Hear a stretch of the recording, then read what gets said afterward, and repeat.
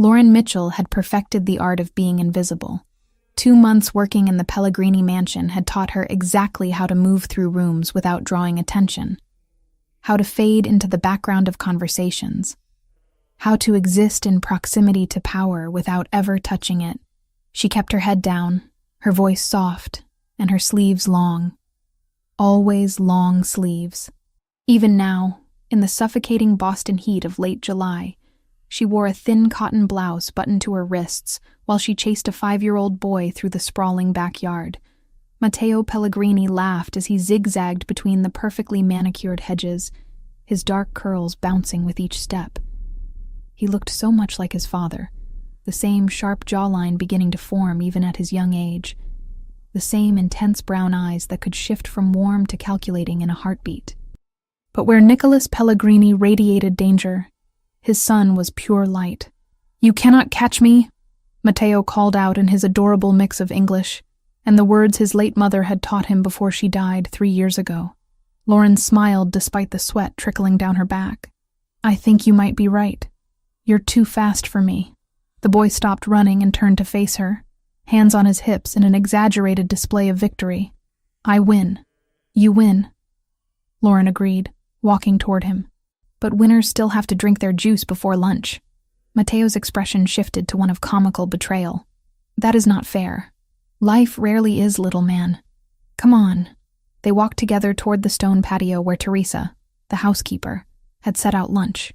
The older woman waved at them from the kitchen window, her weathered face creasing into a smile. Teresa was one of the few people in the house who treated Lauren like a human being rather than just another piece of furniture to be dusted around. Matteo climbed into his chair and reached for the glass of orange juice, his movements enthusiastic and uncoordinated in the way only a 5-year-old could manage. Lauren saw it happening before it actually did, her hand moving forward instinctively, but she was a second too slow. The glass tipped, sending a wave of cold juice directly onto her chest and lap. The liquid soaked through the thin fabric immediately, icy against her overheated skin. Matteo's eyes went wide with horror. "I am so sorry. I did not mean to. Please do not be angry." Lauren forced her voice to stay calm even as panic clawed at her throat. The wet fabric clung to her skin, transparent now, and she needed to change immediately. "It's okay, sweetheart. Accidents happen. I just need to go change quickly." "I am really sorry," he repeated, his voice small. "I know you are. It's really okay." She squeezed his shoulder gently before hurrying toward the service entrance that led to the staff quarters. The Pellegrini mansion was a study in controlled excess. Everything about it whispered old money and older power. Marble floors, crown molding, artwork that probably cost more than most people's houses. Lauren's room was in a separate wing, small but comfortable, with its own bathroom and a window that overlooked the side garden. She locked the door behind her and immediately began unbuttoning her blouse with shaking fingers. The wet fabric stuck to her skin, and she had to peel it away. She was halfway out of it, standing in just her plain white bra with her back to the door, when she heard it open. Lauren froze. Her heart stopped beating for what felt like an eternity. "Teresa, I need the contractor's file. You said it was in the staff office." Nicholas Pellegrini's voice was deep, authoritative, the kind of voice that expected immediate compliance. He stopped talking mid-sentence. The silence that followed was worse than any scream. Lauren could feel his eyes on her exposed skin, on the patchwork of scars that decorated her shoulder blade and upper arms. The burn scar on her left shoulder was the worst. A twisted landscape of melted skin where Tyler had held the iron down for what felt like forever. The cuts were thinner, more precise, a roadmap of rage and possession that had taken months to fade from angry red to pale silver. She grabbed for her blouse, trying to cover herself, but her movements were jerky and desperate. When she finally managed to turn around, clutching the wet fabric to her chest, Nicholas was still standing in the doorway. His expression was unreadable. Not disgust, not pity, just an intense focus that made her feel more exposed than her partial nudity. "I apologize," he said, his voice carefully controlled. "I thought this was the office." Teresa must have misunderstood. Lauren couldn't speak. Her throat had closed completely. Nicholas stepped back and closed the door with a quiet click that sounded deafening in the sudden silence. Lauren sank onto the edge of her bed, still holding the wet blouse, and tried to remember how to breathe. He had seen, after 2 months of being so careful, of wearing long sleeves in summer heat, of declining to swim with Matteo, of making sure no one ever got close enough to notice, Nicholas Pellegrini had seen everything. She changed into a fresh blouse with mechanical movements, her mind racing through options. She could pretend it never happened. She could quit. She could wait to be fired. Each option felt equally impossible. By the time she returned to the patio, Matteo had finished his lunch and was coloring at the outdoor table. He looked up with worried eyes. "Are you okay? I really did not mean to spill." "I know, baby, I'm fine. Just a little wet juice never hurt anyone." She ruffled his hair, trying to inject normalcy into her voice. The afternoon passed in a blur of activities. Lauren helped Matteo with his coloring, read him 3 stories, and played an elaborate game involving toy cars and imaginary traffic laws.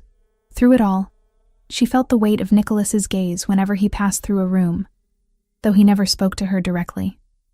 Dinner was always early for Matteo. Lauren prepared his favorite meal with Teresa's help, mac and cheese with cut-up hot dogs shaped like octopi. Simple food that made the boy giggle. Nicholas joined them at the kitchen table, something he did occasionally when his schedule allowed. He was different tonight, more present, more focused. He asked Matteo about his day, listened to the breathless retelling of their race in the garden, smiled at the appropriate moments. But his eyes kept drifting to Lauren, studying her with an intensity that made her skin prickle. After dinner, it was time for Matteo's bath and bedtime routine. Lauren ran the water, tested the temperature, and helped him scrub behind his ears, which he always tried to skip. She read him 2 more stories, tucked him in, and kissed his forehead. "Good night, little man. Good night, Lauren. I love you." The words always made her chest ache. "I love you too." She was closing his bedroom door when she saw Nicholas standing at the end of the hallway. He was watching her, his posture relaxed, but his expression anything but. He wore dark slacks and a white dress shirt with the sleeves rolled to his elbows, the uniform of a man who had finished with business for the day but never truly stopped working. Lauren's pulse quickened. She walked toward him because there was no other exit, no way to avoid this moment. "Miss Mitchell," he said as she approached. "Mr. Pellegrini." Her voice came out steadier than she felt. "I want to apologize again for walking in on you earlier. That was inappropriate. It's fine. You didn't know I was there." His eyes searched her face. "Still, it won't happen again." Lauren nodded, desperate to escape this conversation. "If that's all, I should head home." "Of course. Have a good evening." She walked past him, acutely aware of the space between their bodies, of the way he didn't move to give her more room. Her shoulder almost brushed his chest as she passed, and she caught the scent of his cologne, something expensive and woodsy that probably cost more than her monthly rent.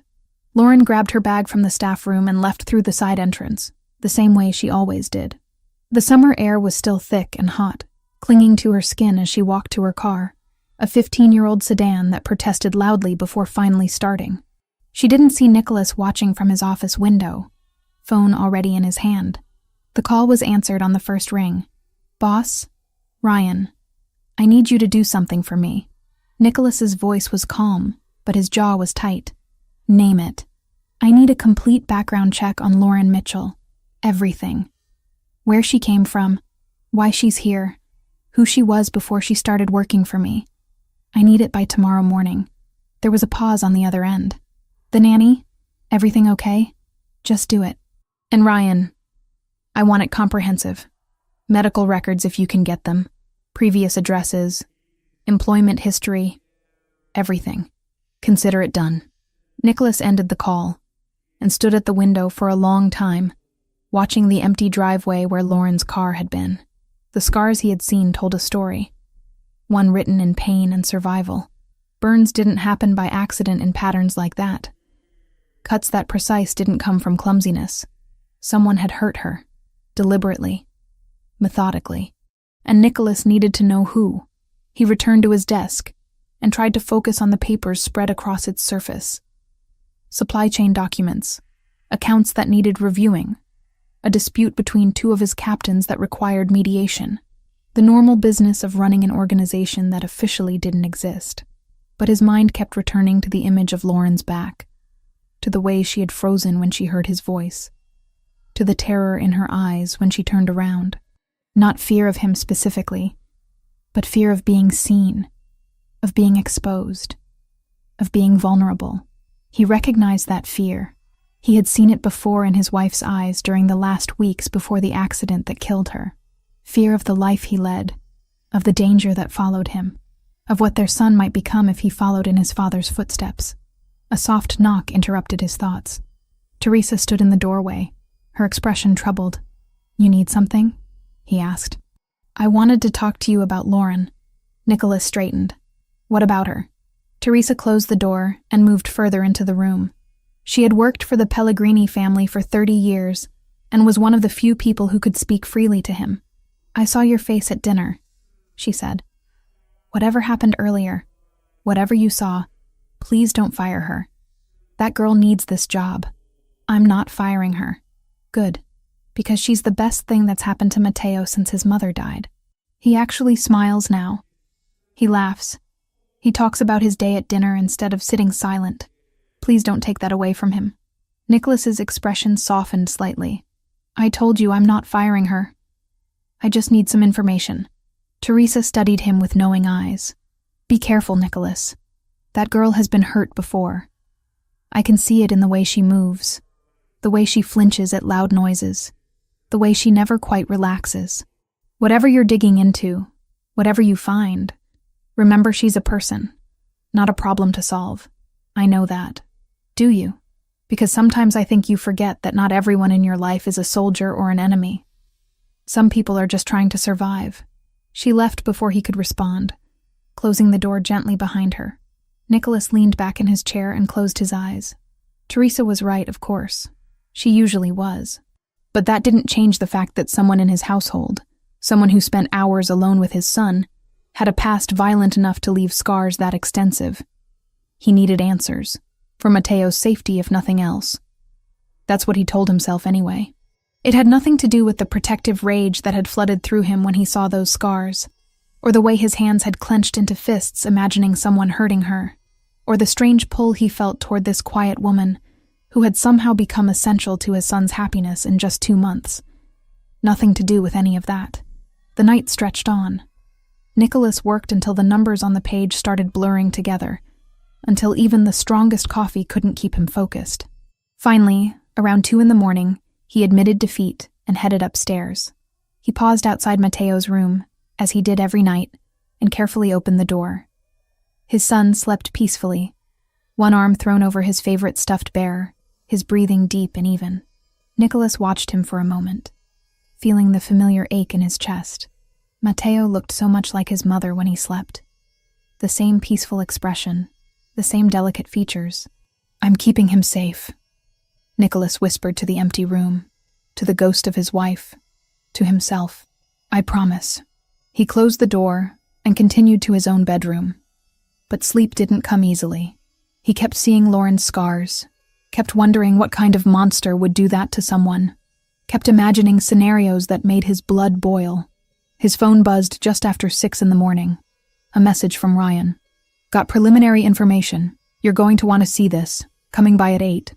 Nicholas got up and showered, dressing in his usual work attire, dark slacks and a crisp white shirt. By the time he made it downstairs, Lauren had already arrived. He could hear her in the kitchen with Teresa, their voices soft, discussing the menu for Matteo's lunch. He stayed in his office, pretending to work, until Ryan arrived promptly at 8 with a manila folder. "That was fast," Nicholas said. "You said urgent. I pulled some strings." Ryan set the folder on the desk. "It's not everything yet, but it's a start. Medical records are harder to get, but I have a source working on it." Nicholas opened the folder and started reading. Lauren Mitchell, 27 years old, born in Portland, Oregon. Moved to Boston 18 months ago. Before that, she had lived in Philadelphia for 2 years. No criminal record, no outstanding warrants, no red flags on paper. But there was a note at the bottom of the first page that made Nicholas's jaw tighten. Subject filed restraining order in Philadelphia County Court 20 months ago. Order granted but complainant moved before hearing. Restraining order lapsed. Who was it against? Nicholas asked, though he already knew the answer would be important. Still digging on that. Court records are sealed, but I have someone working on it. Should have a name by end of day. Nicholas nodded slowly. A restraining order. Someone had hurt her badly enough that she went to the police, got legal protection, then ran anyway. Ran all the way across the country and built a new life in a city where no one knew her. Keep digging, he said. I want to know everything. And Ryan, be discreet. I don't want her knowing we're looking into this. Understood. After Ryan left, Nicholas sat with the folder open in front of him, staring at Lauren's information. 27 years old. So young, really. Young enough to still believe in fresh starts and new beginnings. Young enough to think that running far enough could make the past disappear. He knew better. The past never disappeared. It just waited, patient and hungry, for the right moment to catch up. Nicholas closed the folder and looked out the window toward the backyard where Lauren was already outside with Mateo, helping him water the flowers that lined the garden path. The boy's laughter drifted through the glass, bright and pure. Whatever had happened to Lauren Mitchell, whoever had hurt her, Nicholas was going to find out, and then he was going to make sure it never happened again. That much, he could promise. Ryan Cooper arrived at the Pellegrini mansion at 7:30 in the morning, earlier than Nicholas had expected. The investigator looked like he hadn't slept, his shirt wrinkled and his eyes shadowed, but his expression was sharp and focused. You look terrible, Nicholas said, gesturing for him to sit. You asked for comprehensive by morning. Comprehensive doesn't sleep. Ryan dropped a thick folder onto the desk. Everything you wanted is in there. Medical records, police reports, witness statements. It's not pretty. Nicholas opened the folder and began reading. The first document was a hospital intake form from Philadelphia General, dated 21 months ago. Patient, Lauren Michelle Mitchell. Age, 25. Admitted for treatment of second-degree burns to left shoulder and upper back. The attending physician's notes were clinical but damning. Burns consistent with contact with heated metal object. Patient claims accident with clothing iron. Injury pattern inconsistent with accidental contact. Social services consulted. Nicholas's jaw tightened as he flipped to the next page. Police report, filed 3 days after the hospital visit. Lauren had finally told the truth to a detective who specialized in domestic violence cases. The man's name was Tyler Grant, her boyfriend of 14 months. The burns were punishment for talking to a male cashier at the grocery store. There's more, Ryan said quietly. Keep reading. The restraining order application was next. Lauren's handwriting was shaky, but determined as she described a pattern of escalating violence over 8 months. Verbal abuse that turned to pushing, then slapping, then worse. Tyler isolated her from friends, monitored her phone, controlled her money. The burns were the breaking point, the moment she finally understood he might actually kill her. The restraining order was granted. Tyler Grant was served at his apartment. According to the follow-up notes, he didn't contest it, didn't even show up to the hearing. 2 weeks later, Lauren packed everything she owned into her car and drove away from Philadelphia, leaving no forwarding address. Where did she go first? Nicholas asked. Hartford, Connecticut. Worked as a waitress for 6 months under the table, probably trying to stay off the grid. Then she moved to Boston, got legitimate employment through a staffing agency. That's how she ended up with your family. Nicholas studied the photograph paperclip to Tyler Grant's information sheet. White male, early 30s, brown hair, average height and build, the kind of man who could disappear into any crowd, unremarkable in every way, except for the coldness in his pale blue eyes. Current location? Atlantic City. He works security at the Sapphire Pearl Casino, which is owned by a shell company that traces back to the Volkov family. Nicholas looked up sharply. The Russians? Yeah. Could be coincidence. Guy needed a job, they were hiring. But the timing is interesting.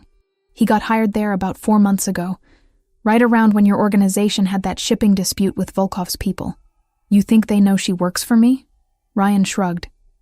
I think we should assume they might. The Volkovs are thorough. If they're looking for leverage against you, They'd investigate everyone in your household. Your son's nanny would be on that list. Nicholas closed the folder and leaned back in his chair, his mind already working through scenarios and contingencies. If the Russians knew about Lauren, if they knew about her connection to Tyler Grant, they could use that relationship as a weapon. Bring Tyler back into her life, traumatize her, destabilize Nicholas's household, create chaos. I want surveillance on him, Nicholas said. 24 hours, rotating teams. I want to know everywhere he goes, everyone he talks to, every phone call he makes. Done. What about her? Does she know you're looking into this? Not yet, but she's about to. Ryan stood. Be careful how you handle this, boss. She's not one of your soldiers. You can't just order her to accept your protection. Watch me. After Ryan left, Nicholas sat with the folder open, staring at the hospital photograph of Lauren's burns. The image was clinical, taken for medical documentation, but it showed the full extent of the damage.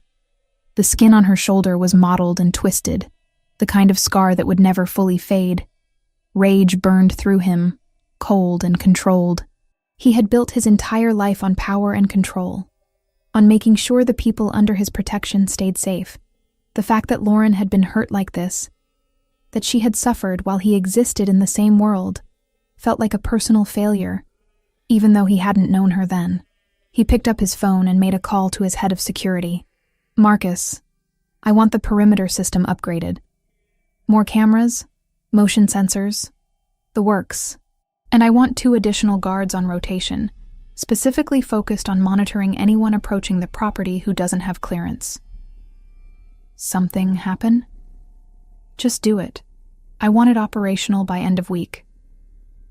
The next call was more delicate. Nicholas dialed a number he rarely used, one that connected him to a contact in Atlantic City who owed him several favors.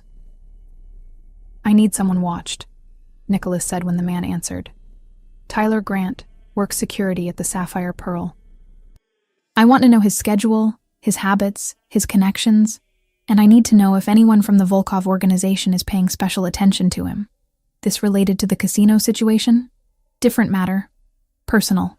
The man on the other end understood immediately that no further questions would be welcome. I'll have someone on him by tonight. Nicholas ended the call and checked his watch. 9:15. Mateo would be at his swimming lesson until 10:30, which meant Lauren would be alone in the house, except for Teresa. This was as private as the conversation was going to get. He found her in the kitchen, preparing ingredients for Mateo's lunch. She wore another long-sleeved shirt despite the heat, pale blue this time, with the sleeves buttoned at her wrists. Her blonde hair was pulled back in a ponytail, and she hummed softly while she worked, some melody he didn't recognize. Miss Mitchell, I need to speak with you privately. Lauren jumped, nearly dropping the knife she was using to slice vegetables. She turned, her blue eyes wide. Mr. Pellegrini, I didn't hear you come in. My office, please. Her face paled slightly, but she nodded and followed him through the house. Nicholas could feel her tension radiating like heat as they walked, the way her steps slowed as they approached his office door. He gestured for her to sit in one of the leather chairs facing his desk. She perched on the edge, her posture rigid, hands clasped tightly in her lap. Nicholas didn't sit. Instead, he placed the folder on the desk between them and watched her reaction. Her eyes dropped to it, and he saw the moment she recognized what it might contain. The color drained from her face completely. I had you investigated, he said, his voice matter-of-fact. After what I saw yesterday, I needed to know what happened to you. Lauren's breathing became shallow. You had no right. I have every right. You work in my home. You spend time alone with my son. I need to know who you are. I'm exactly who I said I was. I gave you references, background checks, everything you asked for when you hired me. You gave me a sanitized version. You didn't mention Tyler Grant. The name hit her like a physical blow. She flinched, her hands gripping each other so tightly her knuckles went white. How did you... Hospital records, police reports, restraining order application. It's all in here. He tapped the folder. 2nd-degree burns, multiple incidents of physical assault, 8 months of systematic abuse before you finally got out. Lauren stood abruptly, her chair scraping against the floor. You had no right to dig into that. That part of my life is over. I left it behind. Did you? Because Tyler Grant is currently employed by an organization that has active conflicts with my family. That's not a coincidence I can ignore. She stared at him, confusion mixing with the fear in her eyes. What are you talking about? Tyler works at some casino. He doesn't have anything to do with your business. The casino is owned by the Russian mob. The same people who have been trying to move into my territory for the past year. The same people who killed my wife. The words hung in the air between them. Lauren sank back into the chair, her legs apparently unable to hold her weight anymore. I didn't know, she whispered. I swear, I didn't know about any of that. I just needed a job, and your agency sent me here. And I thought I'd finally found somewhere safe. Nicholas studied her face, looking for any sign of deception. He had spent years reading people, learning to spot lies and manipulation. Lauren showed neither. She was terrified. Yes, but it was the terror of a victim facing her past, not the calculated fear of someone caught in a scheme. I believe you, he said finally, but that doesn't change our situation. If the Russians know you work for me, if they know about your connection to Tyler, they could use that against both of us. Then I'll leave. I'll quit. Move to another city. Start over again. I've done it before. No. The word came out harder than he intended. Lauren looked up at him, startled. No, he repeated softer this time. You're not running again. You're under my protection now. I don't need protection. I need to disappear before Tyler finds me, before your enemies use me to hurt you and Mateo. Nicholas moved around the desk and crouched in front of her chair, bringing himself to her eye level. Listen to me carefully, Lauren. The moment you started working in this house, you became part of my world whether you knew it or not. People watch everyone associated with me. They look for weaknesses, for leverage, for ways to hurt what I care about. Running won't change that. It will just leave you vulnerable. And staying makes me what? A prisoner in your house? It makes you someone I can keep safe. I'm doubling security on the property. You'll have protection when you leave. We'll monitor Tyler's movements, make sure he doesn't come anywhere near Boston. Lauren's eyes filled with tears, though she blinked them back furiously. Why? Why would you do this for me? I'm just your employee. You barely know me. The question was valid, and Nicholas didn't have an answer that made sense even to himself. The logical response was that protecting her protected Mateo, that allowing a threat to exist anywhere in his household was unacceptable. But the truth was more complicated, tied up in the way his chest had ached when he saw her scars, the protective fury that had consumed him reading about what she'd endured. You're not just an employee, he said carefully. You've become important to my son. He trusts you, cares about you. That makes you family, in the ways that matter. Family, she repeated, testing the word like it might burn her tongue. My wife died 3 years ago. Car accident on her way home from visiting her sister. Except it wasn't an accident. The brakes were cut, the steering column tampered with. It was a message from a rival family, a punishment for a decision I made that cost them money. Lauren's expression shifted from fear to sympathy. I'm so sorry. I tell you this so you understand why I'm obsessive about security, why I need to know about every potential threat. I couldn't protect her. I won't fail again. Silence settled between them, heavy with shared pain. Lauren wiped at her eyes with the back of her hand, a gesture so vulnerable it made Nicholas's heart clench. I had therapy, she said suddenly, after I left Philadelphia. 6 months of intensive sessions with a trauma specialist. She taught me coping mechanisms, ways to recognize danger signs, how to not let fear control my entire life. I thought I was doing well. I thought I'd moved past it. You have moved past it. You're here. You're working. You're living your life. That took incredible strength. Then why do I feel like I'm right back where I started? Afraid, powerless, waiting for everything to fall apart? Because trauma doesn't disappear just because we want it to. But this time you're not alone. This time you have resources, protection, people who won't let him hurt you again. Lauren met his eyes, searching for something. Trust, maybe, or certainty in an uncertain world. What if I can't do this? What if having me here puts Mateo in danger? Then I'll handle it. That's what I do, Lauren. I handle threats. I eliminate problems. You focus on taking care of my son and letting yourself heal. Let me worry about everything else. The office door burst open, making them both jump. Mateo ran in, his hair still damp from swimming, his face bright with excitement. Dad! Lauren! I swam the whole length without my floaties. Coach said I am getting so strong. Nicholas stood quickly, putting distance between himself and Lauren. That's excellent news, little man.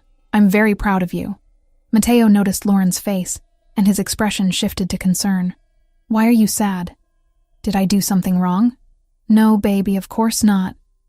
Lauren forced a smile, though her eyes were still red. I'm just very proud of you, too. Swimming a whole length is a big deal. Then why do you look like you have been crying? Adult stuff. Nicholas intervened smoothly. Nothing for you to worry about. Why don't you go get changed? And then you can tell Lauren all about your swimming lesson while you eat lunch. Mateo hesitated, looking between them with the uncanny perception children sometimes have. But the promise of lunch and an audience for his accomplishments won out. Okay, but Lauren, you have to promise to watch me swim next time so you can see how good I am. I promise. After Mateo left, Lauren stood. I should go help Teresa with lunch. Wait. Nicholas moved to his desk and picked up his phone. I need to make 2 calls. I want you to hear them. The first call was to Marcus, his security chief.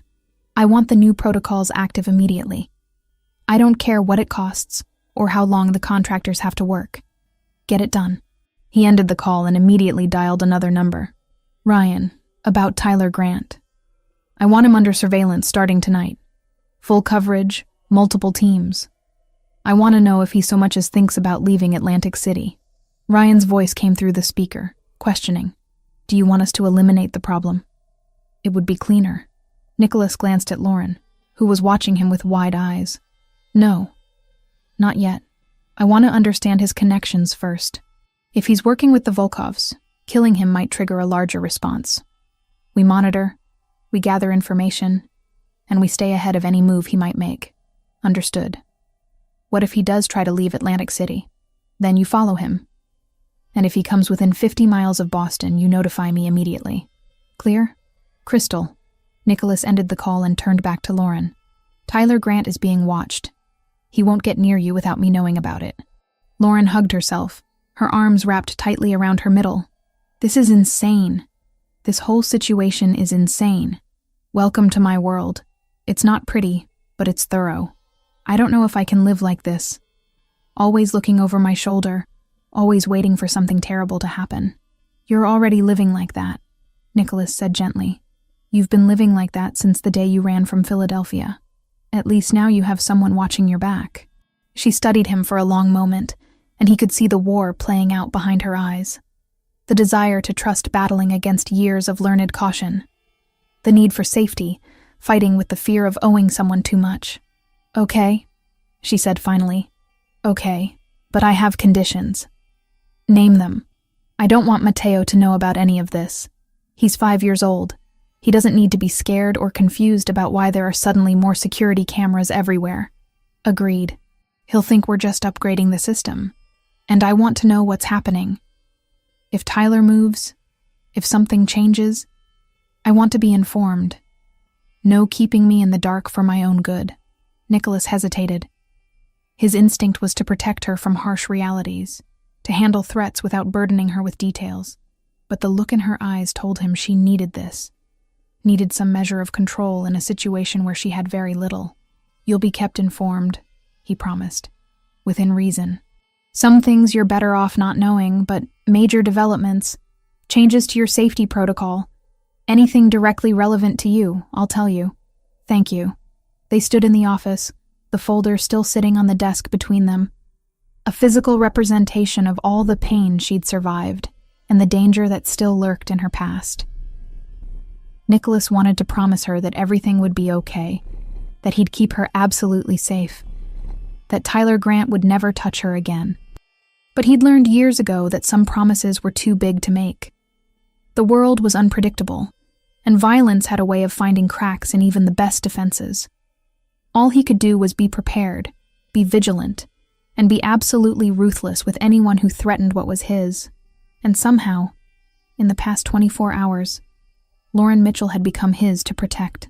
5 days of uneasy peace had passed since Nicholas confronted Lauren about her past. The mansion had transformed subtly, but noticeably.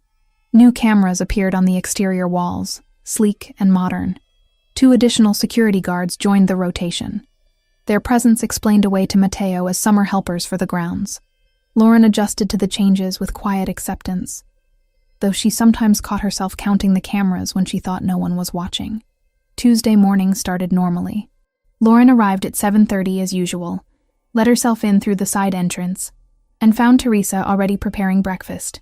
The housekeeper greeted her with a warm smile and a cup of coffee, just the way Lauren liked it. "Mateo is still sleeping," Teresa said. "Mr. Pellegrini left early for a meeting downtown. Said he would be back by lunch." Lauren nodded and took the coffee gratefully.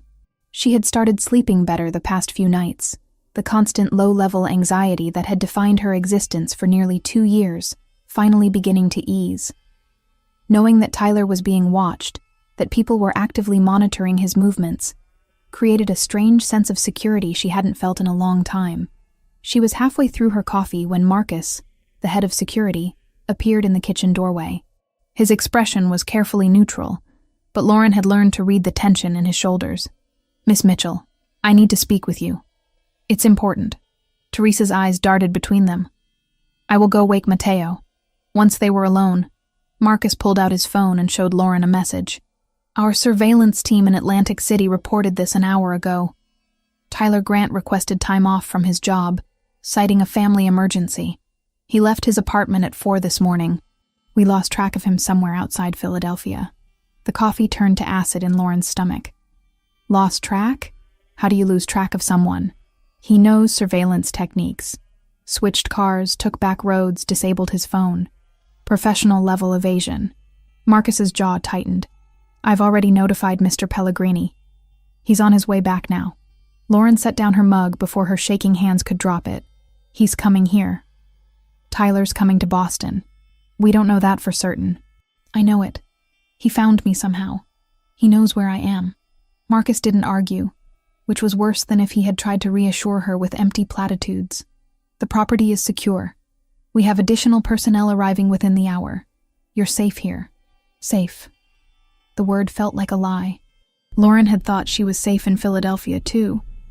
Right up until the moment Tyler's hand closed around her throat, the iron heating on the counter behind him. His voice soft and reasonable as he explained why she deserved to be punished. She excused herself and went to the bathroom, locking the door behind her. Her reflection in the mirror showed a woman on the edge of panic. Blue eyes too wide, face too pale. She splashed cold water on her face and forced herself to breathe deeply, using the techniques her therapist had taught her. In through the nose for 4 counts. Hold for 7. Out through the mouth for 8. The pattern calmed her racing heart enough that she could think clearly. She had 2 choices: run again, disappear into another city with another identity, or trust that Nicholas's protection was real and substantial. Running felt familiar, comfortable in its own terrible way, but it also felt like giving up, like admitting that Tyler would control her life forever, chasing her from place to place until she had nowhere left to hide. A knock on the bathroom door startled her. "Lauren?" Mateo's voice was sleep-rough and concerned. "Are you okay in there?" She unlocked the door and found the boy in his pajamas, his dark hair sticking up in several directions. His expression worried. "I'm fine, sweetheart. Just needed a minute." Teresa said something is happening. "Are we in danger?" The question was too perceptive for a 5-year-old, but Mateo had grown up in a world where danger was always a possibility, where his father's business meant constant vigilance. Lauren crouched down to his level. "Everything is okay. Your dad is being extra careful about security, that's all. Because of bad people who don't like him? Something like that." Mateo hugged her suddenly, his small arms tight around her neck. "I don't want the bad people to hurt you." Lauren's throat closed with emotion. "They won't, baby. I promise." Nicholas arrived 20 minutes later, his face set in hard lines. He went directly to his office with Marcus, and Lauren could hear the low murmur of urgent conversation through the closed door. She kept Mateo occupied with breakfast and coloring, trying to project a calm she absolutely did not feel. At 9:30, a delivery van pulled up to the front gate. Through the window, Lauren watched Marcus go out to meet it. He spoke briefly with the driver, then accepted a large bouquet of flowers. Her blood turned to ice. Marcus brought the flowers to the door, but didn't let them inside. Instead, he called for Nicholas, who emerged from his office with an expression that could cut glass. "Who are these for?" Nicholas asked. "Lauren Mitchell," Marcus replied. No return address on the card. Nicholas took the small envelope attached to the bouquet and opened it. Whatever he read, there made his entire body go rigid. He looked up, his dark eyes finding Lauren where she stood frozen in the kitchen doorway. "Get Mateo upstairs, now." The command in his voice snapped her into motion. She took Mateo's hand and led him quickly to his bedroom, her heart pounding so hard she could barely breathe. "Why is Dad angry?" Mateo asked. "He's not angry, just busy with work stuff. Why don't you play with your cars for a bit?" She left him building an elaborate racetrack and hurried back downstairs. Nicholas was in his office, the bouquet sitting on his desk like a bomb. The flowers were roses, red and expensive, exactly the kind Tyler used to bring after he hurt her. As if beauty could erase violence. "What did the card say?" Lauren asked from the doorway. Nicholas looked at her for a long moment before handing it over. The handwriting was achingly familiar, Tyler's neat block letters spelling out 2 words and a nickname that made her skin crawl. "Miss you, Princess. Princess." He always called her that, said she was his perfect princess who needed to be kept safe from the world, which really meant kept isolated and controlled and broken down until she believed she deserved the pain. "He's here," Lauren whispered. "He's in Boston. We're checking the security footage now." He or someone working for him got close enough to make this delivery. Nicholas stood and moved around the desk. "Lauren, I need to make a decision, and I need you to trust me." "What kind of decision?" "I have a property in Cape Cod, a beach house that's extremely secure and off the grid. Most people don't know I own it. I want to move you and Mateo there today, right now, while my team locates Tyler." Lauren's first instinct was to argue, to insist that running solved nothing. But looking at Nicholas's face, at the cold determination there, she understood this wasn't running. This was tactical retreat, moving valuable pieces off the board while the real game played out. For how long? However long it takes. Days, maybe a week. Until we know exactly where Tyler is and what his intentions are. And if his intentions are to find me, moving to Cape Cod just delays the inevitable. Nothing is inevitable except what I allow to happen. Nicholas's voice dropped lower, more dangerous. "I have resources Tyler Grant can't begin to imagine. The only reason he's still breathing is because I don't yet know if killing him will trigger a larger response from the Volkovs. But that calculation can change very quickly." The casual mention of killing should have horrified her. Instead, Lauren felt a dark satisfaction curl in her chest. Tyler had terrorized her for months, had burned and beaten and broken her while she had no one to defend her. No power to fight back. The idea that someone might actually make him pay for that felt like justice, even if it came from a morally questionable source. "Okay," she said. "How soon do we leave?" 30 minutes. Pack light. We have everything you'll need at the house. And Lauren, this stays between us. Mateo doesn't need to know why we're really going." They left exactly 32 minutes later in an SUV with tinted windows, Marcus driving and another guard in the passenger seat. Lauren sat in the back with Mateo, who peppered her with excited questions about the beach house. "Can we swim in the ocean? Maybe, if it's warm enough. Will there be crabs? I want to catch crabs." "I don't know, baby. We'll see what we find." Nicholas followed in a separate car with 2 more guards. The convoy moved through Boston traffic with practiced efficiency, taking a route that changed twice based on instructions Nicholas received via phone. They reached Cape Cod in just under 2 hours.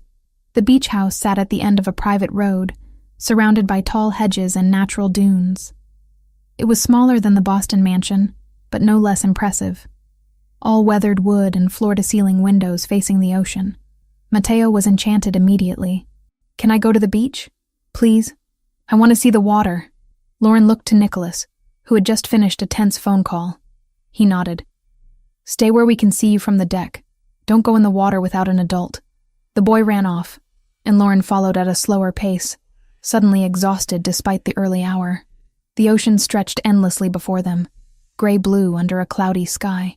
Mateo searched for shells along the waterline, his laughter carrying on the salt-scented breeze. Nicholas stood beside her on the deck, his phone still in his hand. "My team picked up Tyler on security camera footage from this morning. He was 3 blocks from the mansion, sitting in a parked car, watching the gate." Lauren's breath caught. 3 blocks. That close. The license plate traces to a rental company. He's using a fake ID, paying cash.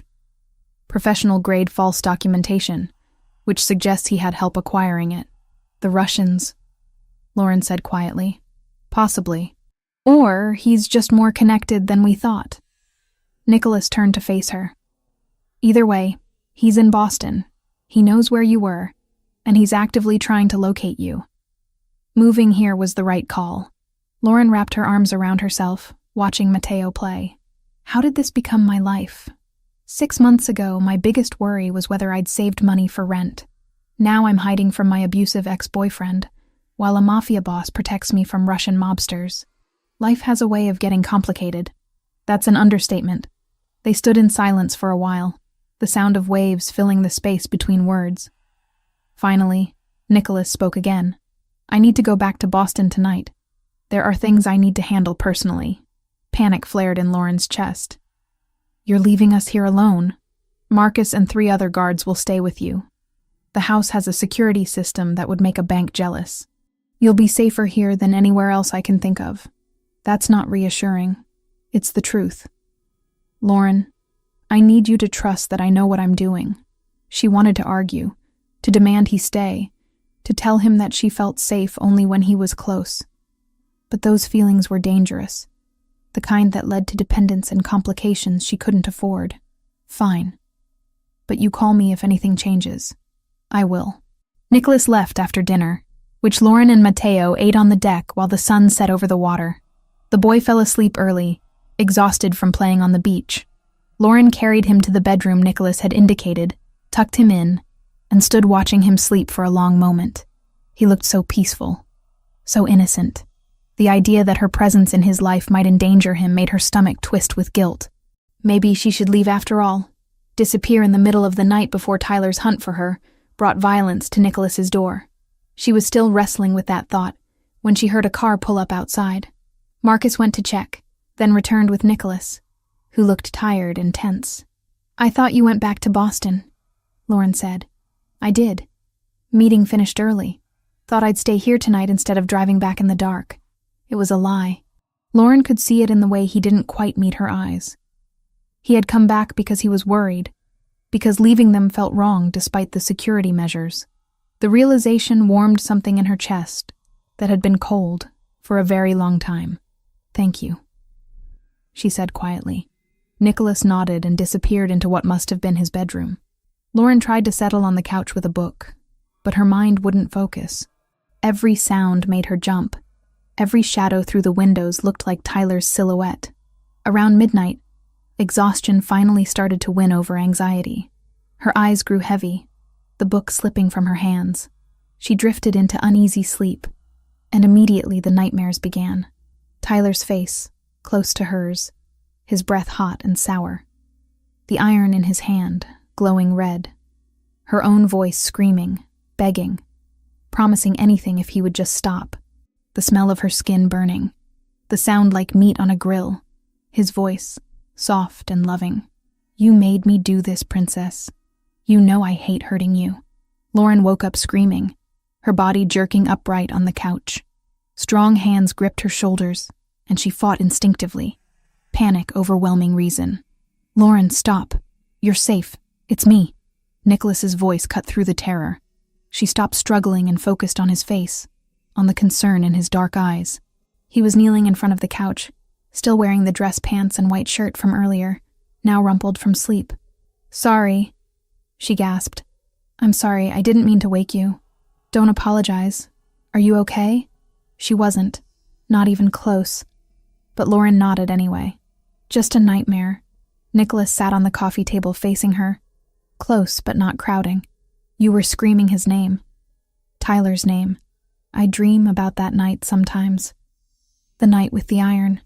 I can still smell it, still feel it.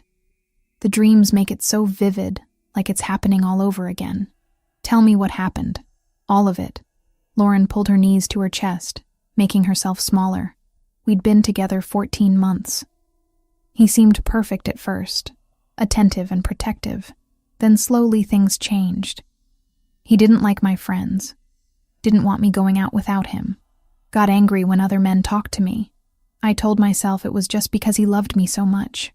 Classic pattern, Nicholas said quietly. The first time he hit me, he cried and apologized for days. Bought me flowers, promised it would never happen again. I believed him. The second time, the apologies were shorter. By the fifth or sixth time, he stopped apologizing at all. Said I provoked him.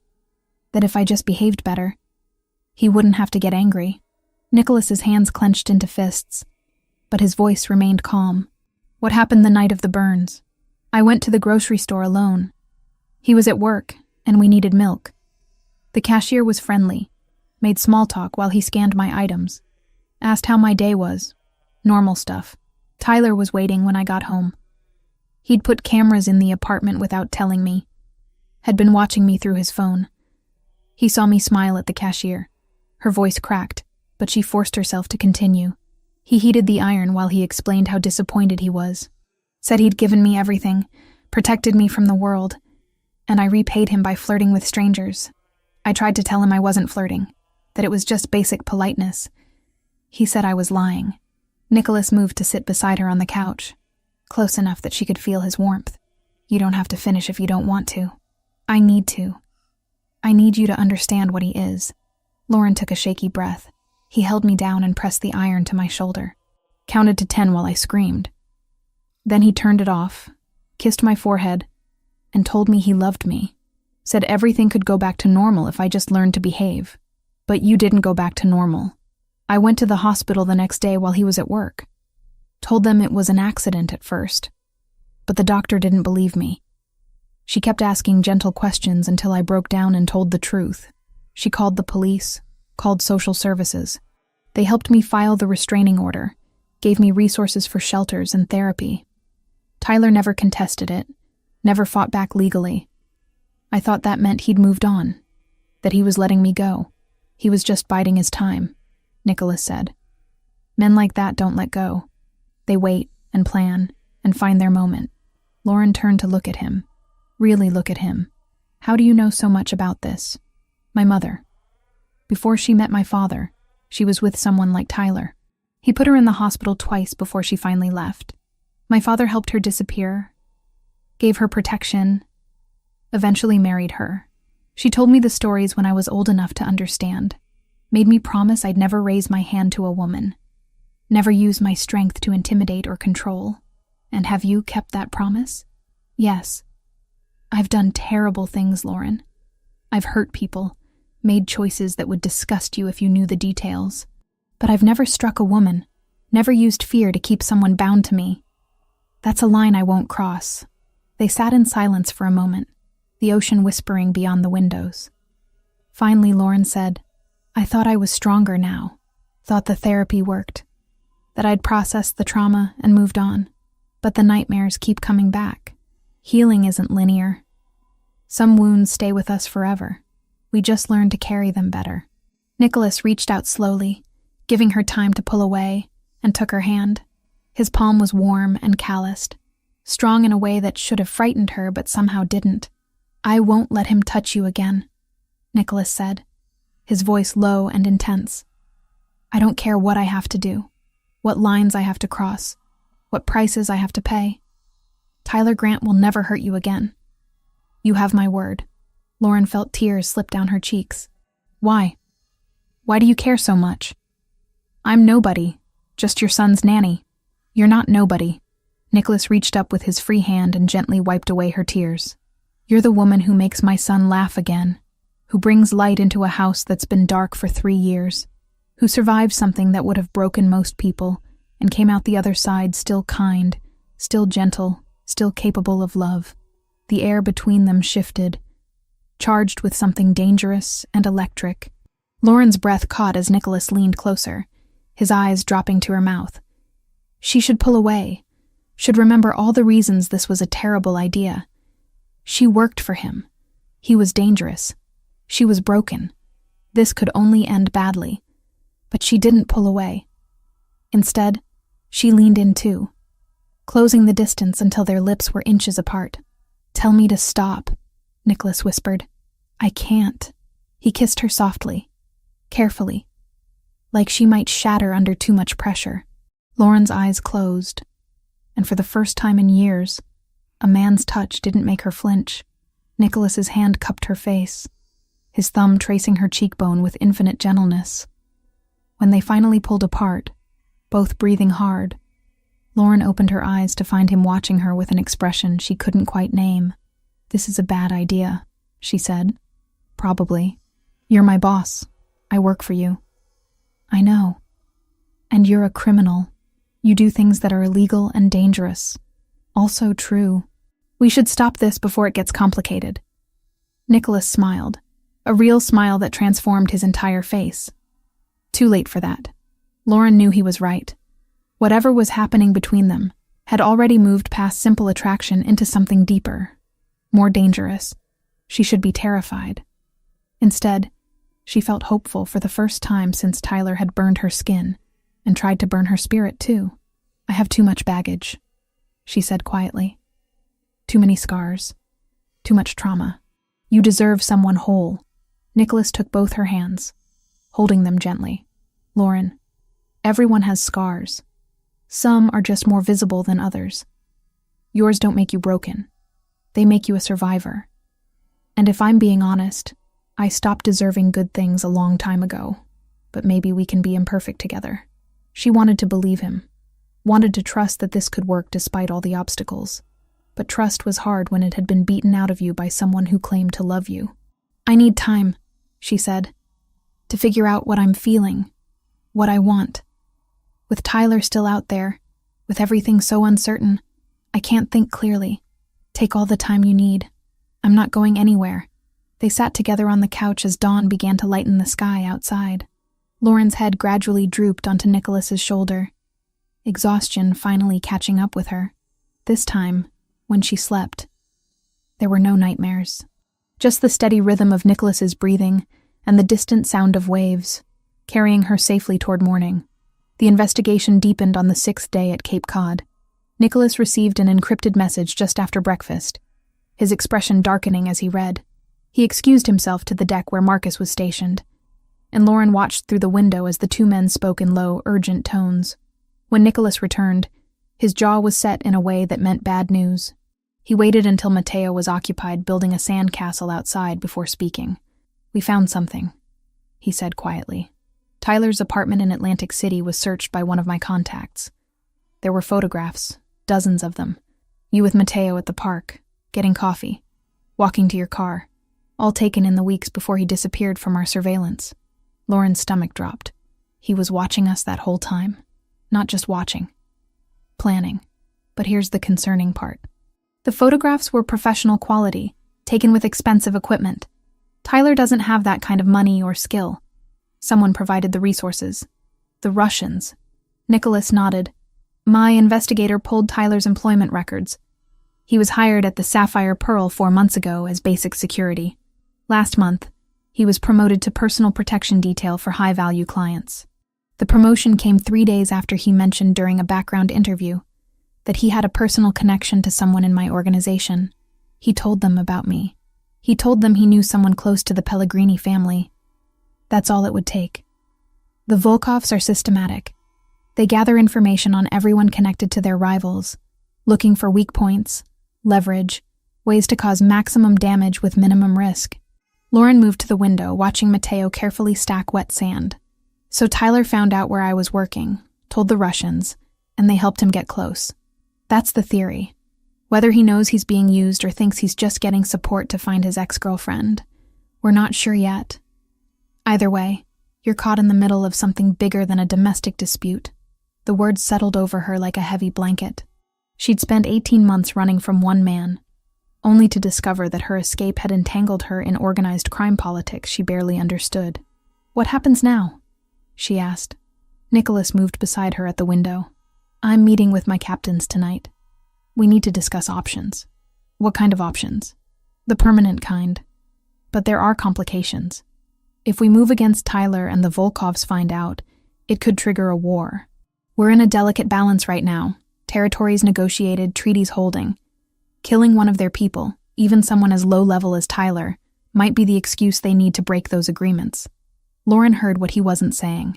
"So I'm not worth starting a war over." Nicholas turned to her, his expression intense. "That's not what I meant. You're worth everything. But I have to consider consequences beyond just us.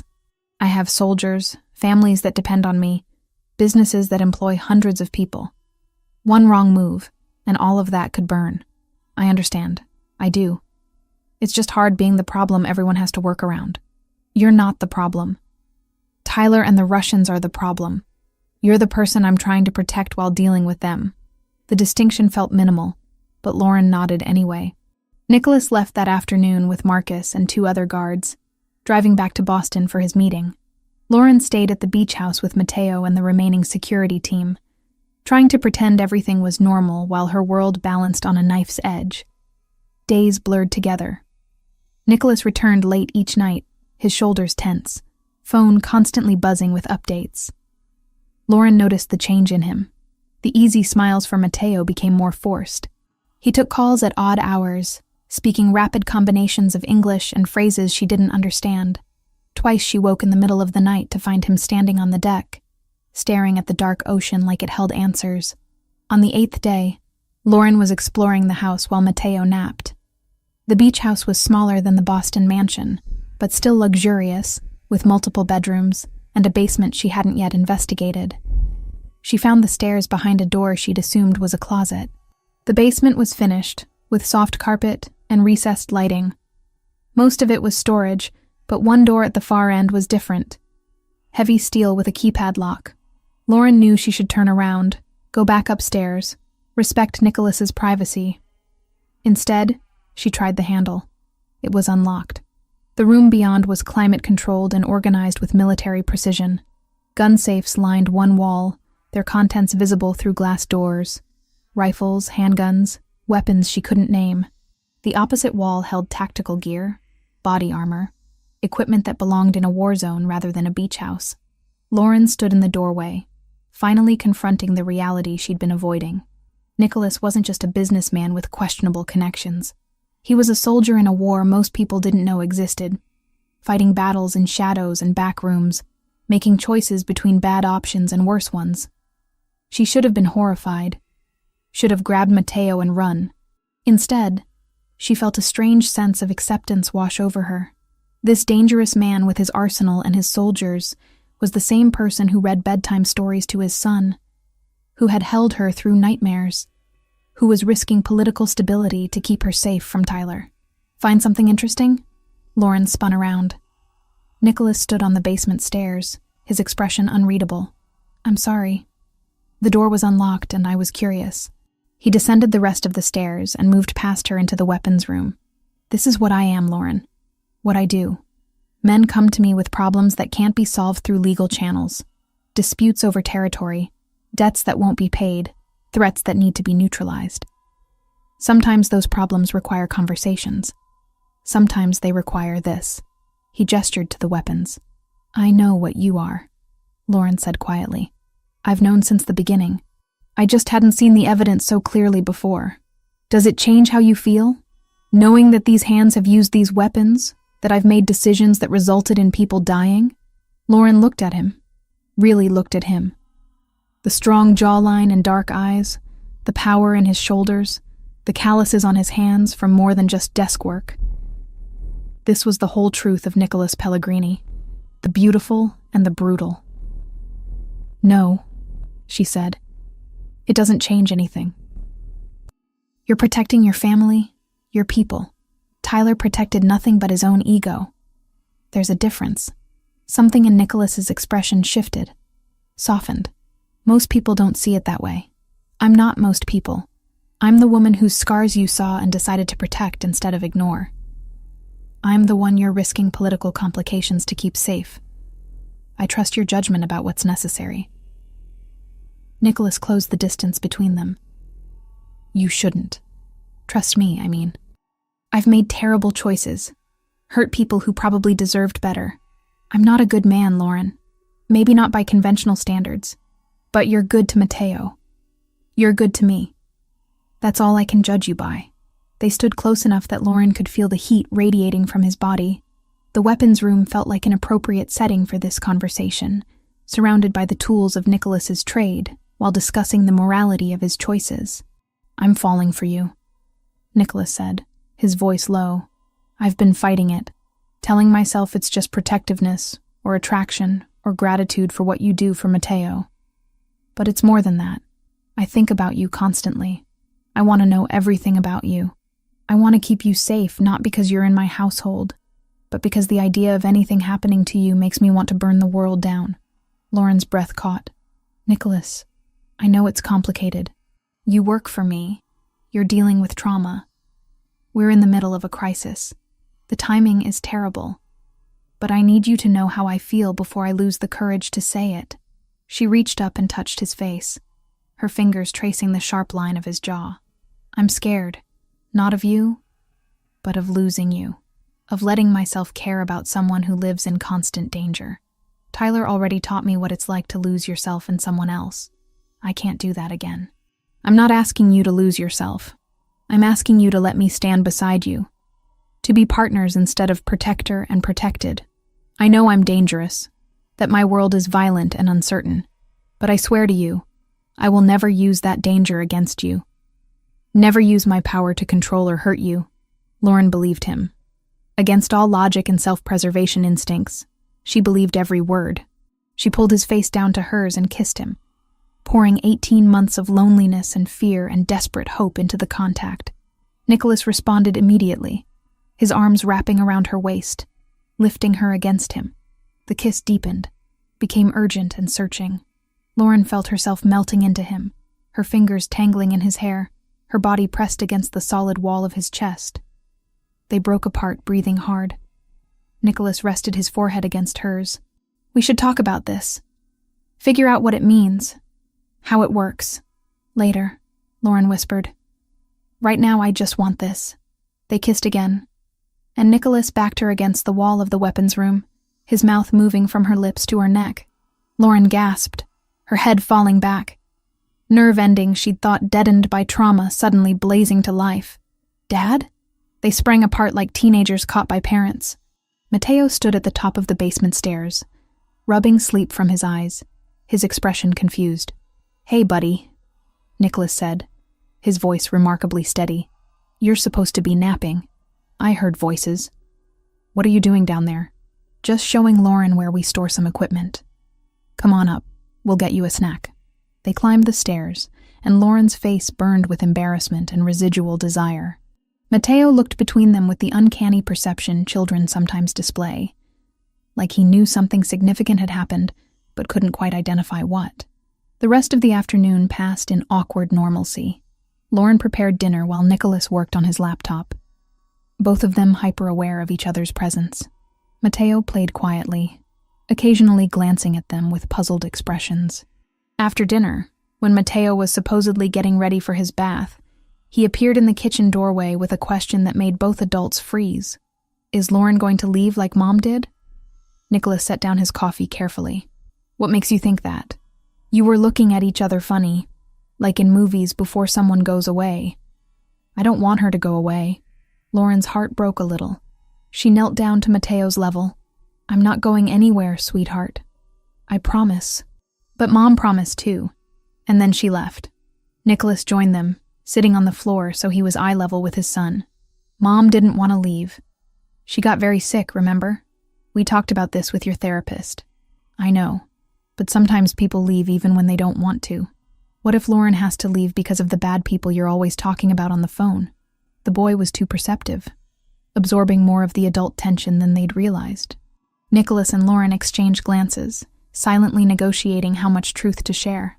Come here, little man, Nicholas said, pulling Mateo onto his lap. I need to tell you something important. Lauren and I like each other. Not just as friends, but in a special way. Like how Mom and I liked each other. Do you understand what I'm saying? Mateo's eyes widened. Like boyfriend and girlfriend? Something like that. But it doesn't mean I love Mom any less, or that Lauren is trying to replace her. Your mother was special and amazing, and she'll always be important to our family. This is just different. The boy processed this information, his small face serious. Then he looked at Lauren. Do you like my dad too? I do, Lauren said softly. Very much. And you won't leave? Not if I can help it. Mateo seemed satisfied with this answer. He climbed off Nicholas's lap and hugged Lauren tightly. Okay. But you have to promise to tell me if something bad is going to happen. I don't like surprises anymore. We promise, Nicholas said. After Mateo finally went to bed, Lauren and Nicholas sat on the deck, watching the moon reflect off the dark ocean. The conversation with Mateo had been necessary but draining, forcing them to articulate feelings they were still figuring out themselves. That went better than expected, Nicholas said. He's a smart kid, resilient. He gets that from his mother. She was the strongest person I ever knew. Lauren took his hand, lacing their fingers together. Tell me about her. Your wife. Nicholas was quiet for a long moment.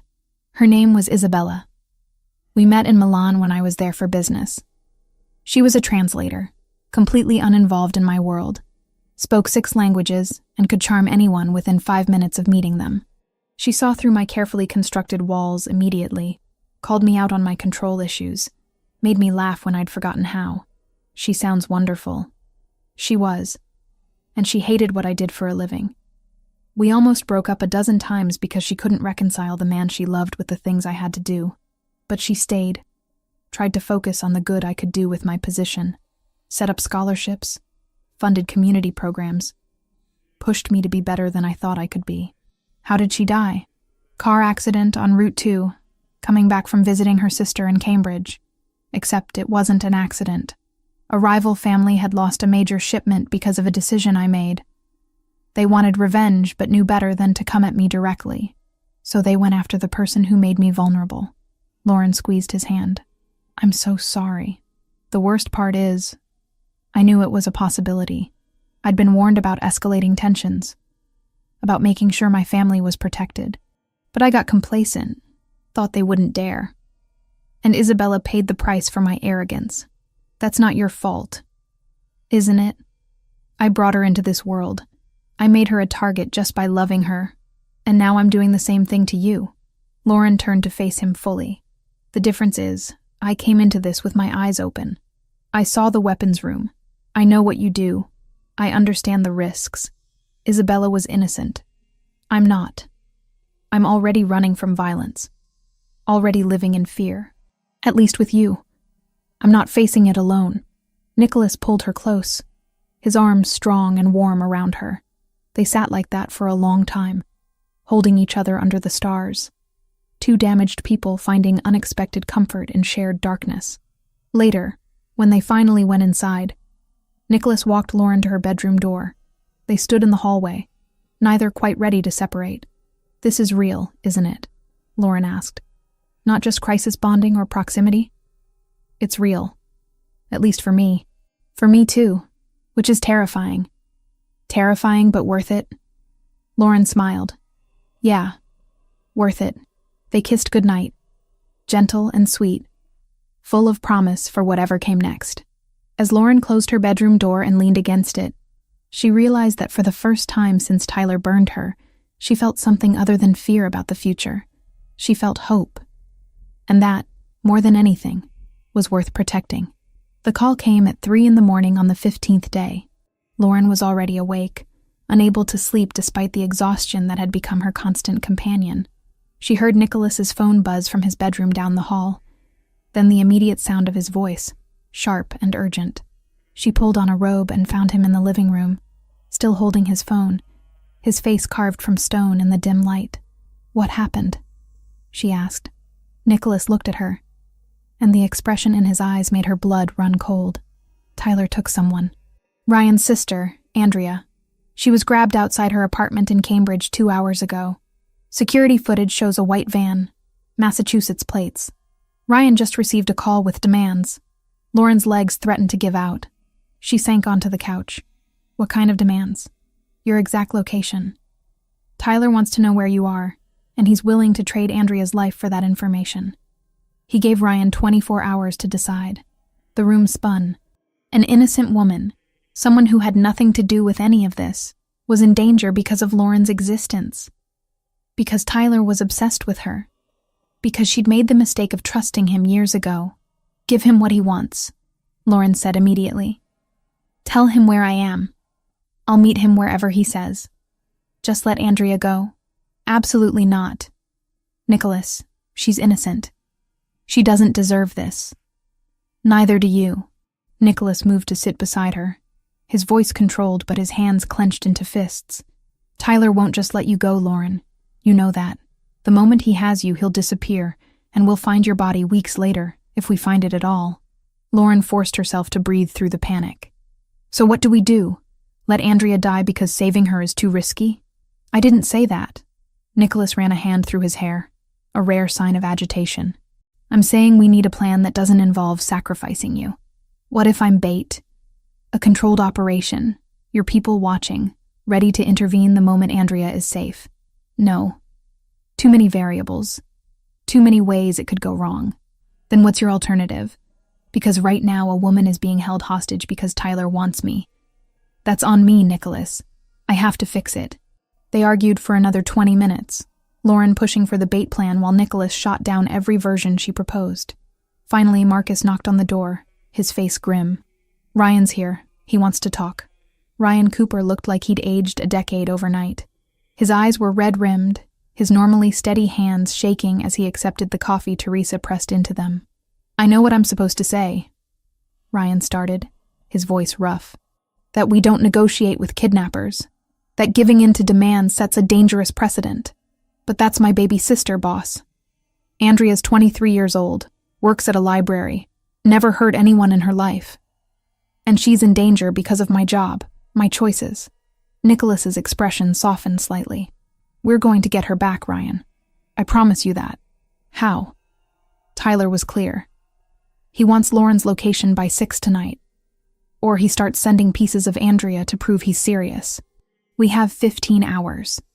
Lauren stood abruptly. Then let's use those 15 hours. Tyler wants me, he gets me, but on our terms, in a location we control, with your entire team ready to move. Ryan looked at her with something like hope. You'd do that? Risk yourself for someone you've never met? Andrea is in this situation because Tyler is obsessed with me. Of course I'd do that. Nicholas stood as well, his jaw tight. Everyone out. I need to talk to Lauren alone. Marcus and Ryan filed out, leaving them in tense silence. Nicholas moved close, his hands gripping her shoulders. You don't have to be the hero here, he said quietly. This isn't your fault. It is, though. Tyler came back into my life, found out where I was, and used that information to hurt people close to you. If I'd just stayed in Philadelphia, dealt with him then instead of running, then he probably would have killed you. You did what you needed to survive. Don't second-guess that now. I'm not. But I am choosing to help fix the mess my survival created. Lauren met his eyes steadily. You told me once that you handle threats, that you eliminate problems. Let me be part of the solution instead of just the victim you're protecting. Nicholas was quiet for a long moment, studying her face. Finally, he said, If we do this, and that's a massive if, it happens my way. Complete control, no deviations from the plan. What plan? We tell Tyler we'll give him your location, but instead of an address, we give him a meeting spot. Somewhere isolated, where my people can position themselves without being seen. You wear a tracker, a wire, and body armor. Snipers will have you in sight at all times. The moment Andrea is confirmed safe, we extract you. And Tyler? Tyler becomes a problem that gets permanently solved. Lauren should have been horrified by the casual way Nicholas discussed killing someone. Instead, she felt a grim satisfaction. Tyler had terrorized her, burned her, broken her spirit. Then he'd dragged an innocent woman into his obsession. He deserved whatever was coming.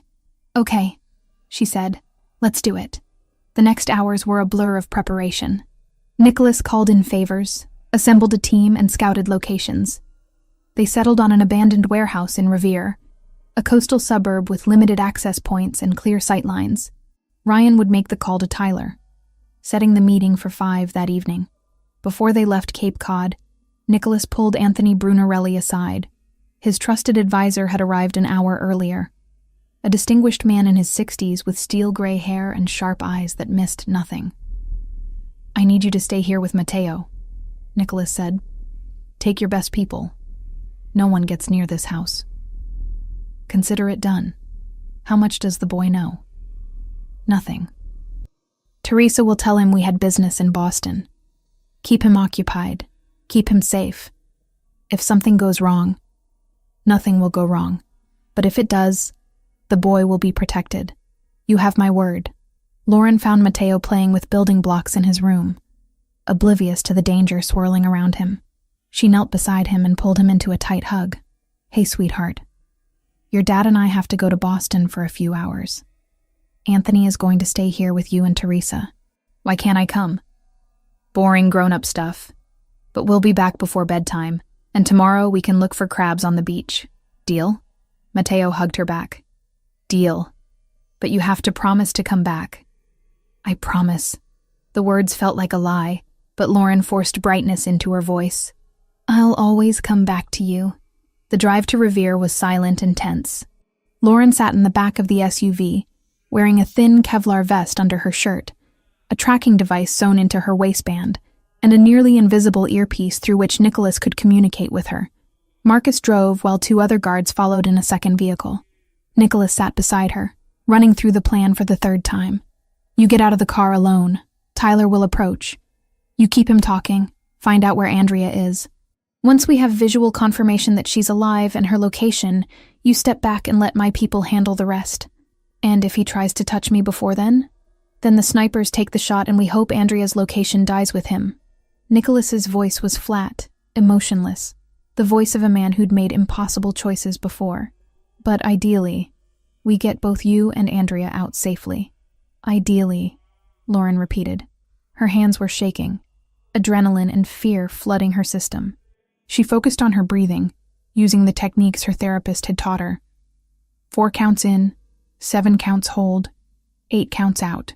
Nicholas noticed and took her hand. "You can still back out. We can find another way." "No, this is the right move. I can feel it." They arrived at the warehouse 30 minutes before the scheduled meeting. Nicholas's team was already in position, invisible among the industrial decay. 3 snipers on rooftops, 2 tactical units inside adjacent buildings, and Marcus coordinating everything through encrypted radio. Tyler had been given the location an hour ago. Ryan's call had been brief and professional.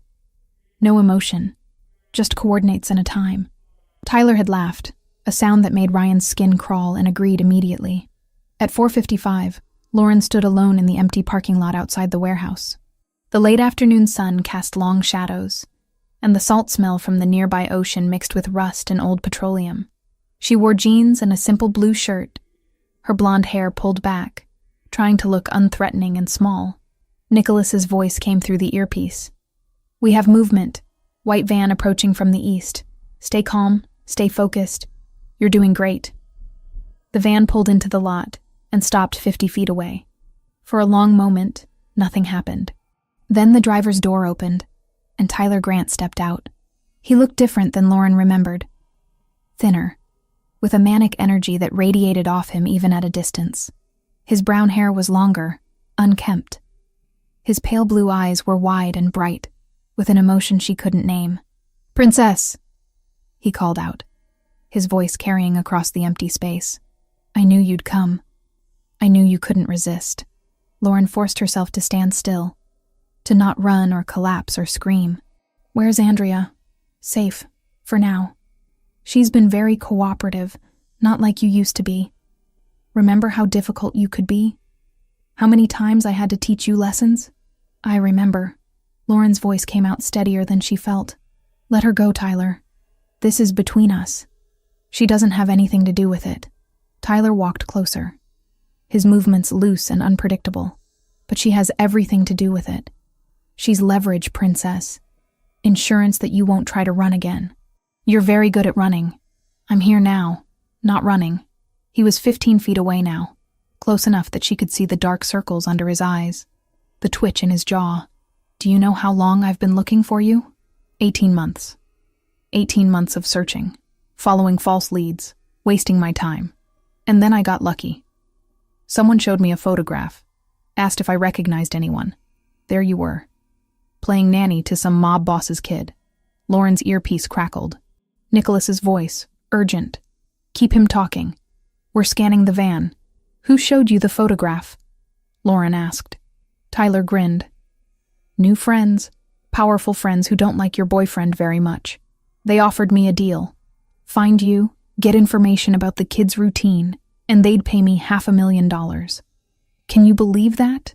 Your mistake of running to the wrong city made me rich. Horror washed through Lauren. They hadn't just been after her. They'd been planning to use Tyler to gather intelligence for kidnapping Mateo, an innocent 5-year-old boy, targeted because of mob politics. You were going to help them take a child, she said, not bothering to hide her disgust. I was going to do whatever it took to get you back. The kid was just bonus income.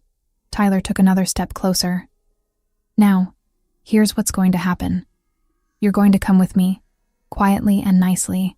We're going to drive away from here, away from your new protector, and we're going to start over. I'll forgive you for leaving. We can be happy again, like we used to be. We were never happy. You hurt me every chance you got. I disciplined you when you misbehaved. There's a difference. But I've learned, Princess. I can be gentler. I can be patient. Just come with me. Lauren's earpiece crackled again. Andrea is in the van, alive but restrained. On my mark, you step back. 3, 2... Tyler's hand moved to his waistband, pulling out a gun that caught the late sunlight. Or maybe I just shoot you right here. Save myself the trouble of retraining you. What do you think? Would that be easier? Everything happened at once. The crack of a rifle shot echoed across the parking lot. Tyler jerked backward, a red bloom spreading across his shoulder. He fired wildly, the shot going wide. Lauren dove to the ground as instructed, covering her head. More gunshots, controlled and precise.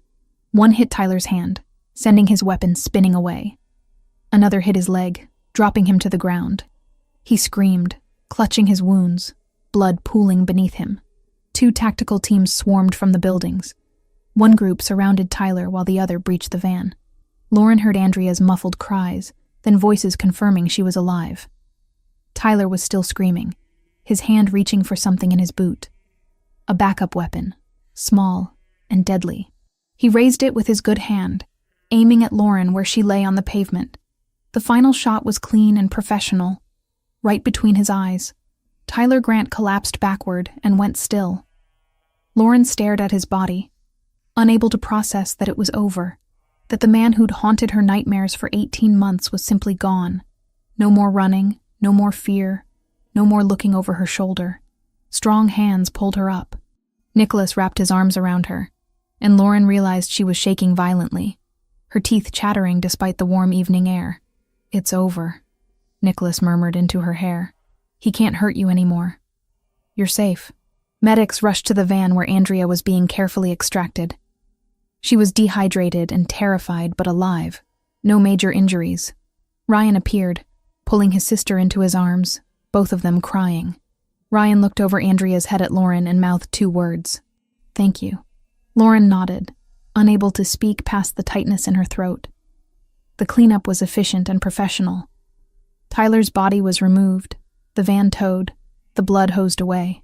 By the time police arrived, called anonymously about suspicious activity, there was nothing to find. Just another abandoned warehouse in a forgotten industrial area. The drive back to Cape Cod passed in a haze. Lauren sat pressed against Nicholas's side, watching the landscape blur past the window. Her mind kept replaying the moment Tyler fell. The look of surprise on his face as he realized he'd lost. She should feel guilty about his death. Should be horrified that she'd played a role in it. Instead, She felt hollow and relieved and exhausted beyond measure. "You're in shock," Nicholas said quietly. "That's normal. When we get back, you're going to rest, and tomorrow we'll find you someone to talk to, a therapist who specializes in trauma." I already had therapy. This is different trauma. Witnessing a death, even one that needed to happen, leaves marks. We'll deal with them together. Back at the beach house, Mateo was already asleep, worn out from a day of playing with Anthony. Teresa had prepared a light dinner that Lauren couldn't eat. She sat at the table pushing food around her plate, while Nicholas explained to Anthony what had happened in careful coded language. Finally, she excused herself and went to her room. She showered, washing away the smell of gunpowder and blood and fear, and then collapsed onto the bed fully clothed. Sleep came in fractured pieces, broken by images of Tyler falling, of Andrea's terrified eyes, of the casual efficiency with which Nicholas's team had ended a life. But underneath the horror was something else. Freedom. For the first time in 18 months, Lauren could think about the future without Tyler's shadow looming over it. When she woke in the middle of the night, Nicholas was sitting in the chair by her window, watching over her. "You should be sleeping," she mumbled. "So should you. Can't. Keep seeing it." Nicholas moved to sit on the edge of her bed. "It will get easier. The images will fade, become less vivid, but they might never completely go away. That's the cost of surviving something like this. Worth it, though. He's gone. Really, truly gone. Yes. And their direct reason to come after you is gone. Tyler was their only connection to you, their only leverage. With him dead and his information proving unreliable, they're unlikely to risk a move. Still, we stay careful until the dust settles." Lauren reached for his hand. "So it's over. All of it. All of it," Nicholas confirmed. "You're safe now. We both are." She pulled him down beside her, and they lay together in the darkness, two people who'd survived their own separate hells and somehow found each other in the aftermath.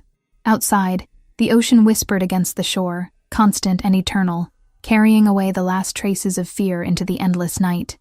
The first 4 days after Tyler's death passed in a fog. Lauren moved through the beach house like a ghost, eating when Nicholas placed food in front of her, sleeping in fitful bursts, and spending hours staring at the ocean without really seeing it. Her mind kept circling back to that moment in the parking lot. The crack of the rifle, Tyler's body crumpling to the ground. She should feel guilty. She should be horrified that her actions, her agreement to be bait, had led to a man's death. Instead, she felt nothing but a vast, echoing emptiness where fear used to live. Nicholas stayed close those first days, working from the beach house instead of returning to Boston, his presence steady and grounding. He didn't try to force conversation or tell her how she should feel. He just existed in the same space, available if she needed him, patient when she couldn't find words. On the third day, a woman named Dr. Sarah Bennett arrived at the house. She was in her 40s, with kind eyes and a calm demeanor that immediately put Lauren at ease. "Mr. Pellegrini explained the situation," Dr. Bennett said, as they sat on the deck overlooking the ocean. "I specialize in trauma recovery, particularly for individuals who've experienced or witnessed violence. I want you to know that whatever you're feeling right now is valid. There's no right or wrong way to process what happened." Lauren found herself talking, the words spilling out in disconnected fragments. The burns, the abuse, the 18 months of running, the terror of seeing Tyler again, and finally the strange relief of watching him fall. "Doctor." Bennett listened without judgment, occasionally asking gentle questions, but mostly letting Lauren set the pace. "It's common for survivors to feel conflicted after their abuser dies," Dr. Bennett said. "Relief mixed with guilt, freedom tinged with grief for what could have been if things had been different. All of those emotions can coexist." "I don't feel guilty," Lauren admitted. "Is that wrong?" "No. Some people do, some don't. You survived something terrible, fought to build a new life, and then had to face your abuser one final time to save an innocent person. That's not something to feel guilty about. That's courage." The sessions continued daily. Slowly, the fog began to lift. Lauren started sleeping through the night, eating full meals, engaging with Matteo when he bounded into rooms with his endless energy and questions. On the fourth day, Nicholas received a call that made his expression darken. He stepped outside to take it, and when he returned an hour later, his jaw was tight with tension. "I need to go to Boston," he said. "There are political complications from Tyler's death that need to be handled personally." Lauren's stomach dropped. "The Russians." "Yes. Tyler was their informant, and his death happened on my watch, in an operation I organized. That requires explanation and likely compensation. I'm meeting with Dmitry Volkov tomorrow afternoon." "Is it dangerous?" "Everything I do carries risk, but this is necessary. If I don't address this directly, it could escalate into something much worse." Lauren watched him pack a bag, anxiety coiling in her chest. "How long will you be gone?" "A few days at most. Marcus will stay here with you and Matteo. You're safe." She wanted to beg him not to go, to stay where she could see him, where she knew he was alive. But Nicholas had responsibilities beyond her, an entire organization that depended on his leadership. "Be careful," she said instead. He pulled her close, his lips brushing her forehead. "Always." Nicholas left that evening, taking 2 guards with him. Lauren tried to maintain normalcy for Matteo, playing games and reading stories, but her mind was in Boston, imagining worst-case scenarios. 2 days later, Nicholas called with an update. The meeting went better than expected. Volkov accepted my explanation that Tyler was acting on personal obsession rather than their orders. I provided evidence from his apartment showing he'd lied about his access to information. They've agreed to consider the matter closed in exchange for territorial concessions in South Boston. So it's over? Really over? The political part, yes. Now we can focus on moving forward. During Nicholas's absence, something shifted in the beach house. Matteo started drawing pictures obsessively, filling page after page with crayon figures. Lauren noticed that the drawings always featured 3 people: a tall man, a smaller woman, and a child. Sometimes they were at the beach, sometimes in a house, but they were always together. "Who are these people?" she asked one afternoon, sitting beside him at the table. Matteo looked up with serious brown eyes. "That's Dad, and that's you, and that's me. We're a family." Lauren's throat tightened. "We are family, sweetheart. Like a real family. Not just because you work for Dad." She understood what he was really asking. Children were perceptive about adult relationships, sensing the shift between her and Nicholas even if they hadn't explicitly discussed it. "Like a real family," she confirmed. "Your dad and I care about each other very much." "Good, because I want you to stay forever. Not like Mom, who had to leave. You have to promise you'll stay." Lauren pulled him into a hug. "I promise I'll try my hardest to stay. Sometimes life is unpredictable, but I promise I'll always fight to come back to you." When Nicholas returned 3 days later, he brought Dr. Emma Walsh with him, a child psychologist who specialized in family transitions. She spent an hour with Matteo, talking about his drawings and his feelings about the changes in his household. Afterward, she reported to Nicholas and Lauren in the study. "He's adjusting remarkably well. There's some anxiety about loss, which is natural given his mother's death. But he's resilient. The stability you're both providing is exactly what he needs." "What about the relationship between Lauren and me?" Nicholas asked. "Is he ready for that?" "More than ready. In fact, I think he's been hoping for it. Children need to see the adults they love finding happiness. It gives them permission to be happy too." By the end of the 3rd week, they returned to Boston. The mansion felt different now, less like a gilded cage and more like home. Lauren moved through the familiar rooms with new confidence, no longer looking over her shoulder for threats that no longer existed. One evening, Nicholas asked her to dress nicely for dinner. "We're going out. There are people I want you to meet." Lauren chose a simple black dress, one that showed her arms and shoulders without self-consciousness. The scars were part of her story now, not something to hide, but something that proved her strength. The restaurant was called Venetian, an upscale Italian place in the North End. They were escorted to a private room where 6 men in expensive suits already waited. Anthony Brunarelli, who Lauren recognized from Cape Cod, stood when they entered. "Gentlemen," Nicholas said, his hand resting on the small of Lauren's back. "I'd like you to meet Lauren Mitchell. Lauren, these are my captains and trusted advisors." The men studied her with varying degrees of curiosity and skepticism. Lauren met their gazes steadily, refusing to be intimidated. Anthony spoke first. "Miss Mitchell, Nicholas has told us what happened with Tyler Grant. You showed considerable courage. I did what needed to be done to save Andrea," Lauren replied. "Anyone would have done the same." "Not anyone," one of the other men said. "Most people would have run. You stood your ground." Dinner was a careful dance of conversation. The men asked subtle questions, testing her, evaluating whether she was worthy of Nicholas's attention. Lauren answered honestly, not trying to impress them but simply being herself.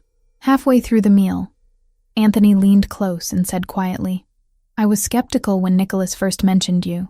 Thought you might be a liability. Someone who'd make him weak. I was wrong. You make him stronger." "How so?" "He's been half alive since Isabella died, going through motions but not really living. You brought him back. That's worth more than any tactical advantage." After dinner, Nicholas walked Lauren through the restaurant's kitchen to meet the staff, introducing her to everyone by name. They treated him with respect bordering on reverence, but there was genuine warmth too. This wasn't a feared boss, but a respected leader. In the car ride home, Lauren said, "You wanted their approval. Of me. Of us. I wanted them to see what I see. That you're not a weakness but a strength. And I think they do now." 2 days later, Nicholas found Lauren in the garden with Matteo. The boy was teaching her the names of different flowers, his small hands gentle as he pointed out petals and stems. "Can I speak with you?" Nicholas asked. Inside, Lauren followed him to his study, her heart beating faster. His expression was serious, almost nervous, which was unusual for someone as controlled as Nicholas Pellegrini. "I've been thinking about our arrangement," he began. "You came here as Matteo's nanny, an employee. But that's not what you are anymore, and I don't want to keep pretending it is." "What are you saying?" "I'm saying I want you to move into the main house permanently. Not as staff, but as part of the family. I want you to have your own space, your own life, but intertwined with ours."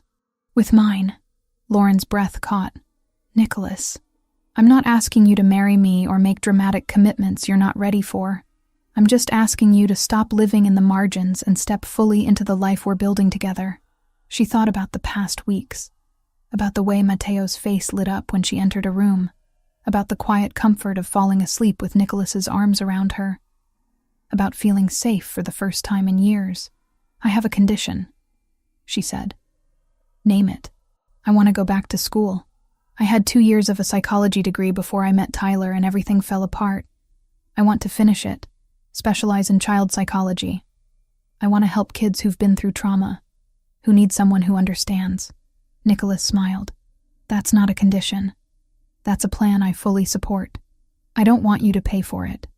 I'll apply for financial aid, take student loans, do whatever I need to. I need to do this myself." His expression flickered with something that might have been frustration, but he nodded. "I won't pay tuition, but I can offer flexible hours, support with Matteo's schedule, a quiet place to study. Those things I can provide without compromising your independence." "Deal."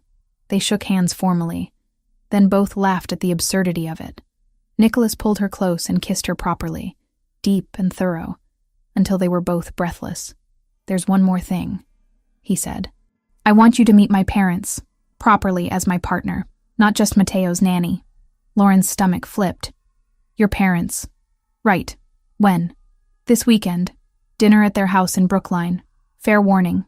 My mother is protective and my father is suspicious of everyone. It won't be easy." "Noted." Saturday evening arrived too quickly. Lauren dressed in a burgundy dress that was elegant without being flashy, styled her hair carefully, and tried to calm her racing nerves. The Pellegrini family home in Brookline was beautiful, a historic brownstone with ivy climbing the facade. Nicholas's mother, Francesca, answered the door.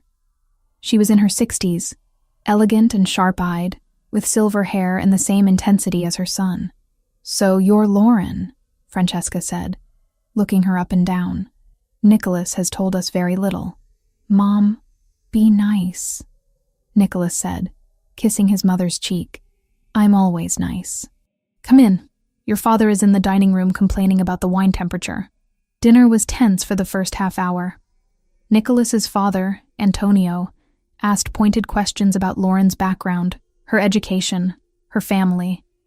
She answered honestly, not trying to hide her past or present herself as something she wasn't. Then Francesca noticed Lauren's scars when she reached for water. The older woman went very still. "Those burns," Francesca said quietly. "I had marks like that once before I met Antonio. Different shape, but the same story." The atmosphere shifted immediately. Francesca started talking, sharing her own history of abuse and escape, creating a bridge of understanding across the table. Antonio's expression softened as he watched his wife open up. By the end of the evening, Francesca was holding Lauren's hand and telling her stories about Nicholas as a child. Antonio was discussing the best undergraduate psychology programs in Boston, offering connections he had at various universities. As they left, Francesca pulled Lauren aside. "You're good for him. Good for Matteo. Don't let anyone tell you otherwise, not even yourself." "Thank you," Lauren said, meaning it deeply. In the car ride home, Nicholas took her hand. "That went better than I expected. Your mother is amazing. She recognizes strength when she sees it. You survived something terrible, and came out the other side still capable of love and trust. That's not common." Back at the mansion, they found Matteo asleep on the couch, Teresa keeping watch over him with a gentle smile. Nicholas carried his son upstairs, while Lauren helped Teresa clean up the remains of the boy's evening snack. "He drew you another picture," Teresa said, showing Lauren a crayon drawing stuck to the refrigerator. "Said it's the family he wants." The drawing showed 3 figures in front of a house, all holding hands, all smiling. Above them, written in Matteo's careful 5-year-old handwriting, were 3 words, "My new family." Lauren felt tears prick her eyes. She'd lost so much to Tyler, so much time and confidence and peace. But somehow, in the aftermath of that loss, she'd found something she hadn't even known she was searching for. A place to belong, people to love, and the freedom to become whoever she chose to be. Nicholas found her in the kitchen, still staring at the drawing. He wrapped his arms around her from behind, his chin resting on her shoulder. "Ready for this?" he asked quietly. "Ready for the chaos and complications that come with being part of this family?"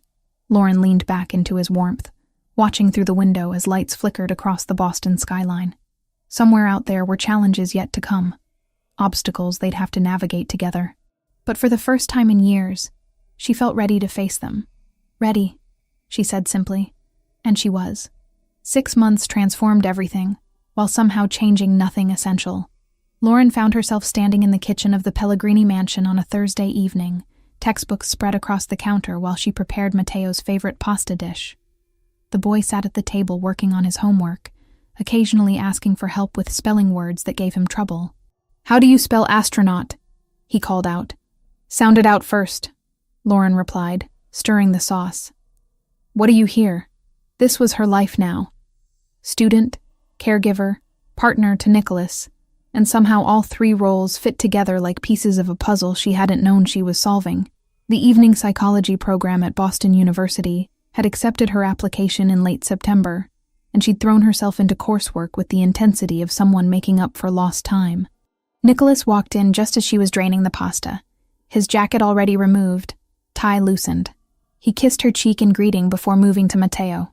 "How was school today, little man?" "Good. We learned about the solar system. Did you know Jupiter has 67 moons?" "I did not know that. That's impressive." Matteo beamed under his father's attention. "Ren helped me with my project. We made a model of Saturn with the rings and everything. Ren." The nickname had appeared organically about 3 months ago. Matteo's own invention when calling her Lauren felt too formal. But Mom didn't fit either. Nicholas had asked if she minded, and Lauren had assured him she loved it. The name felt like belonging without erasing Isabella's memory. They ate dinner together, the 3 of them around the kitchen table rather than the formal dining room. This had become their routine. Nicholas made it home by 6 whenever possible, and they shared this time as a family. Afterward, While Matteo played or watched television, Lauren and Nicholas would sit together reviewing her coursework or discussing his day in the careful language they'd developed. He never told her details that could endanger her, never shared information that might make her complicit in illegal activities. But he told her enough, when territories shifted, when negotiations got tense, when he'd be traveling for meetings that might be dangerous. She learned to read his moods, to know when he needed space and when he needed her close. Tonight, Nicholas seemed lighter than usual. After Matteo went to bed, he poured them both wine and led Lauren to his study. "I have something to discuss with you," he said, his tone serious, but his eyes warm. "It concerns Matteo's birthday next week." "Right, the big 6. He's been counting down days." Lauren smiled. "He wants a superhero cake and for everyone to go swimming. I already ordered the cake from that bakery Teresa recommended. I want to have a small party, family and a few of his friends from school. Nothing elaborate, just cake and games in the backyard." "That sounds perfect. He'll love it." Nicholas set down his wine glass and took both her hands. "Lauren, these past 6 months have been the happiest I've been since Isabella died. You've brought light back into this house, given Matteo the stability and love he desperately needed, and made me believe I could have a future beyond just surviving." Her heart started beating faster. "Nicholas, what are you saying?" "I'm saying I love you. Completely, terrifyingly, permanently. And I want you to be part of this family officially, not just in practice but in name." He reached into his pocket and pulled out a small velvet box. "Lauren Mitchell, will you marry me?" The ring was beautiful, but not ostentatious. A single diamond set in white gold, elegant and timeless. Lauren stared at it, her mind racing through a dozen thoughts at once. This was fast, maybe too fast. They'd known each other less than a year. She was still in school, still building her life back together, still learning who she was outside of trauma and fear. But she was also deeply, irrevocably in love with this complicated, dangerous, gentle man who'd saved her in more ways than one. "I have a condition," she said, echoing the conversation they'd had months ago about moving in. Nicholas smiled. "Of course you do. I don't want a big wedding. No spectacle, no hundreds of guests, no showing off wealth. Just family and people who matter. Simple and meaningful. Done. Anything else? I finished my degree. Marriage doesn't change that. I'm still going to graduate, still going to work with kids who need help. This is my path, and I need you to respect that. I wouldn't dream of interfering. Lauren, I don't want to own you or control you. I want to stand beside you while you become whoever you're meant to be." She looked at the ring again, then at his face. "Then yes, I'll marry you." Nicholas slid the ring onto her finger and pulled her into a kiss that made her forget every reason this might be complicated. When they finally broke apart, both breathless, he pressed his forehead to hers. "Thank you for taking a chance on me. On us. Thank you for seeing me when I was invisible." They told Matteo the next morning over breakfast. The boy's reaction was explosive joy, jumping up and down while shouting that he knew it. He knew they would get married. He'd been right all along. "Does this mean Ren will be here forever?" he asked, suddenly serious. "Forever," Nicholas confirmed. "She'll be part of our family officially. But she's not my new mom, right? Because I still have a mom in heaven." Lauren knelt down to his level. "I'll never try to replace your mom, sweetheart. She was special and important, and she'll always be your mother. I'm just someone else who loves you very much and wants to be part of your life. Is that okay?" Matteo considered this carefully, then nodded. "Okay. Can I call you Ren still?" "You can call me whatever feels right to you." The birthday party the following week was perfect in its simplicity. A dozen children ran through the backyard, played games organized by Teresa, and devoured superhero-themed cake. Nicholas's parents attended, Francesca helping in the kitchen, while Antonio supervised the children's water balloon fight with surprising enthusiasm. As the sun began setting and parents collected their exhausted children, Nicholas gathered everyone who remained. Family and close friends stood in a loose circle in the garden, while Matteo opened presents. "Before we finish celebrating," Nicholas said, his hand finding Lauren's, "I have an announcement. Lauren has agreed to marry me. "We wanted to share this news with all of you on this special day." The response was warm and genuine. Francesca hugged Lauren tightly, whispering, "Welcome to the family officially." Antonio shook Nicholas's hand with pride evident in his expression. Anthony Brunarelli, who'd become an unexpected friend to Lauren over the months, raised his glass in toast. "To new beginnings," Anthony said, "and to the strength it takes to build them." They set the wedding date for late October, giving them 2 months to plan. Lauren insisted on keeping it small, and Nicholas honored that request. The Cape Cod beach house, where they'd first felt truly safe together, would be the location. 50 guests maximum, just family and the people who mattered most. The weeks leading up to the wedding passed in a blur of classes, studying, wedding planning, and normal family life. Lauren found a dress at a boutique in Boston, a champagne-colored gown with delicate gold embroidery along the bodice. The most important feature was the sleeveless design. "Are you sure?" the boutique owner asked when Lauren chose it. "We have similar styles with sleeves if you prefer." "I'm sure," Lauren said, looking at her reflection. The scars on her shoulder and arms were visible, undeniable, but they were part of her story, and she was done hiding them. The morning of the wedding dawned cool and clear, October air crisp with the promise of coming winter.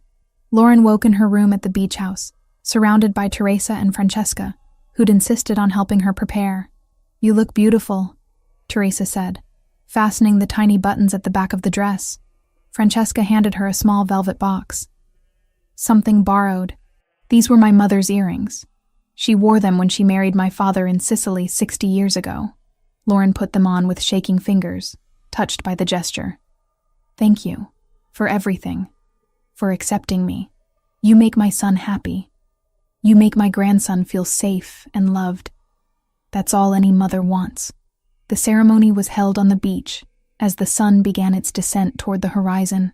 Chairs were arranged in neat rows facing the ocean, white fabric fluttering in the breeze. 50 people who'd played essential roles in their lives watched as Matteo walked down the aisle first, carrying rings on a small pillow, his pride evident in every step. Then Lauren appeared, walking alone as she'd insisted. No one giving her away because she belonged to herself first and was choosing this commitment freely. The champagne dress caught the golden light, and she heard the soft gasps as people noticed her scars on full display. Nicholas waited at the altar, his expression transforming as he watched her approach. Love and pride and something that looked like awe. When she reached him, he took both her hands. The ceremony was simple. Traditional vows, no lengthy speeches or elaborate productions. Just 2 people promising to love and support each other through whatever came next. When the officiant pronounced them married, Nicholas kissed her thoroughly, earning cheers and applause from their guests. But then he did something unexpected. He leaned down and pressed gentle kisses to her scarred shoulder, to the twisted skin where Tyler had burned her, to the faint white lines on her arms. A public declaration that he loved all of her, scars included, that her past made her stronger rather than damaged. Lauren felt tears slip down her cheeks, but they were good tears, healing tears. The reception was held in a tent on the beach house lawn. Dancing, laughter, food, and toasts that ranged from humorous to deeply moving. Ryan Cooper stood up, his sister Andrea beside him, and raised his glass. 6 months ago, Lauren saved my sister's life by putting herself in danger. That kind of courage is rare. Nicholas, you found someone who matches your strength with her own. Don't ever take that for granted. I won't, Nicholas promised, his arm around Lauren's waist. As the evening progressed and guests began leaving, Lauren found herself standing with Andrea by the water's edge. The younger woman had been quiet most of the day, but she'd thanked Lauren privately for what happened in that Revere parking lot. "I know this is complicated," Andrea said. "The way you and Nicholas met, the violence that brought you together, all of it. But I see how you look at each other. That's real. Hold on to it.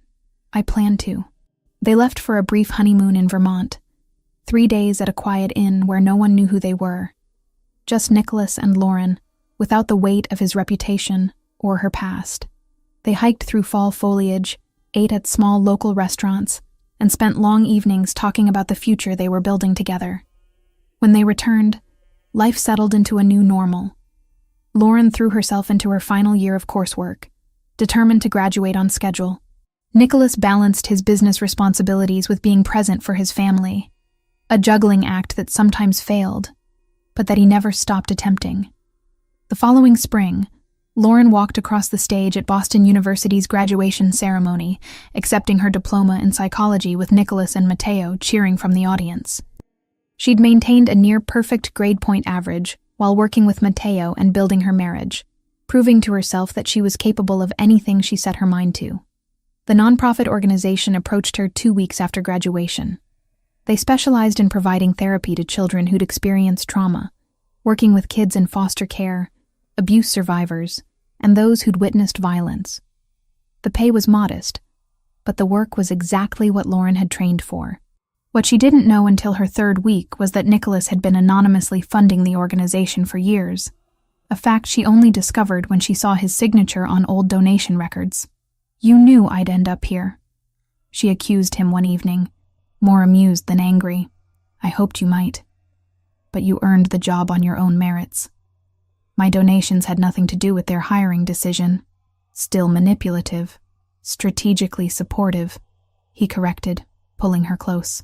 "There's a difference." 15 months after the wedding, Lauren stood in the bathroom of their bedroom, staring at the positive pregnancy test in her shaking hands. They'd talked about having children someday, but someday had suddenly become now. Nicholas found her sitting on the edge of the bathtub, still holding the test. His face went through a rapid progression of expressions: surprise, concern, then pure joy. "We're having a baby?" Apparently. He knelt in front of her, his hands gentle on her knees. "How do you feel about this?" "Terrified, excited, completely overwhelmed. Is this real? Are we really doing this? We're really doing this." Nicholas kissed her softly. "And it's going to be perfect. Chaotic and exhausting and perfect," they told Mateo a few weeks later, once the pregnancy was confirmed and stable. The boy, now 7, processed the news with typical childhood logic. "Will the baby share my room?" "The baby will have its own room," Nicholas explained. "But you'll be a big brother. That's an important job. Can I teach the baby stuff? Like how to build things and find the best hiding spots?" "Absolutely.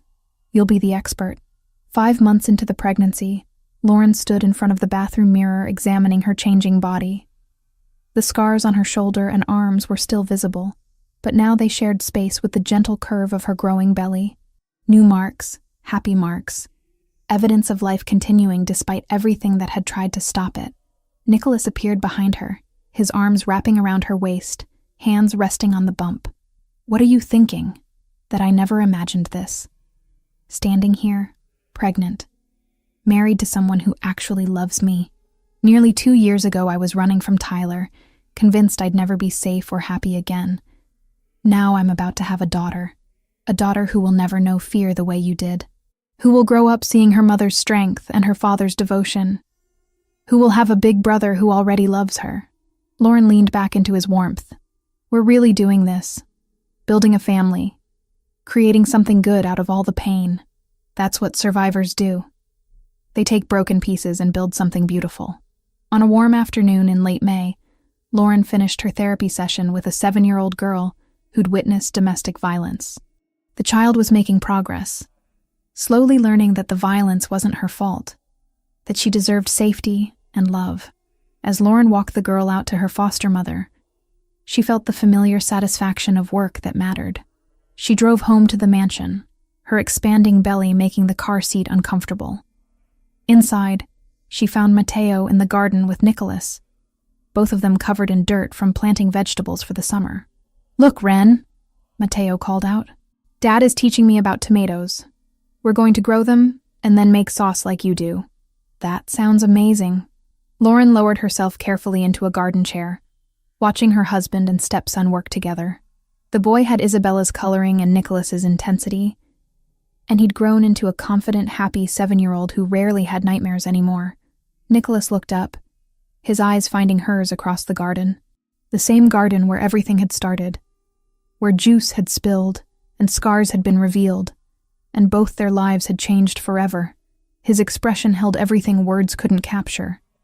Love, gratitude, wonder at the family they'd created.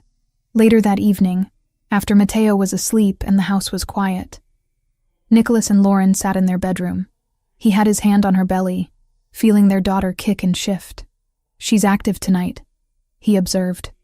"She's always active. Takes after her father. God help us if she has my stubbornness and your determination. We'll never win an argument."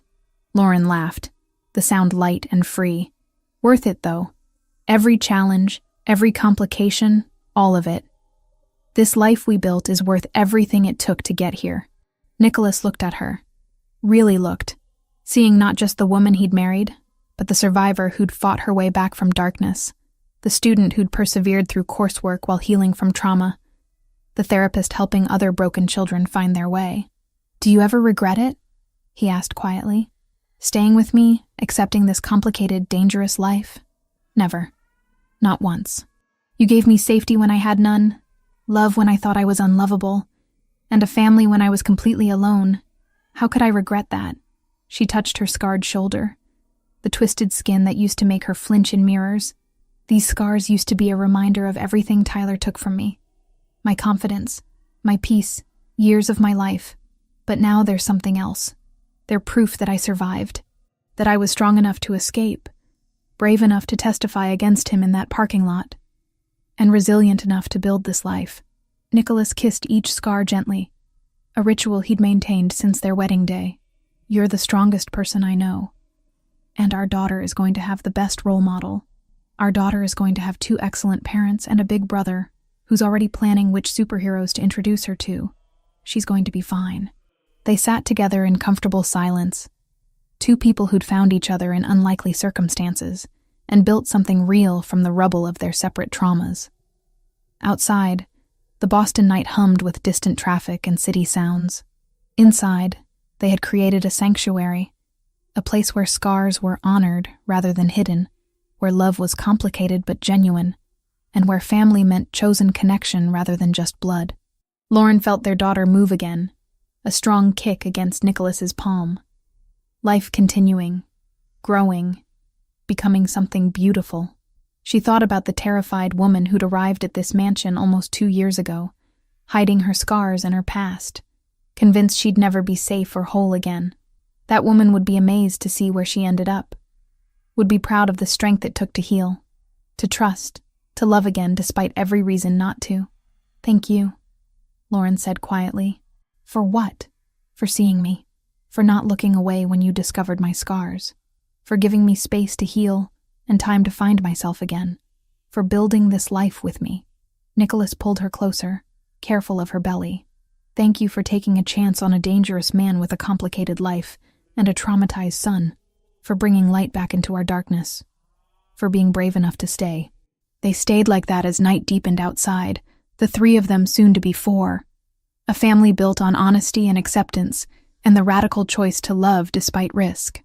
Lauren's scars remained visible, permanent marks that would never completely fade, but they no longer defined her. They were simply part of the map that had led her here, to this moment, to this life she'd never imagined possible. And that was the greatest triumph of all.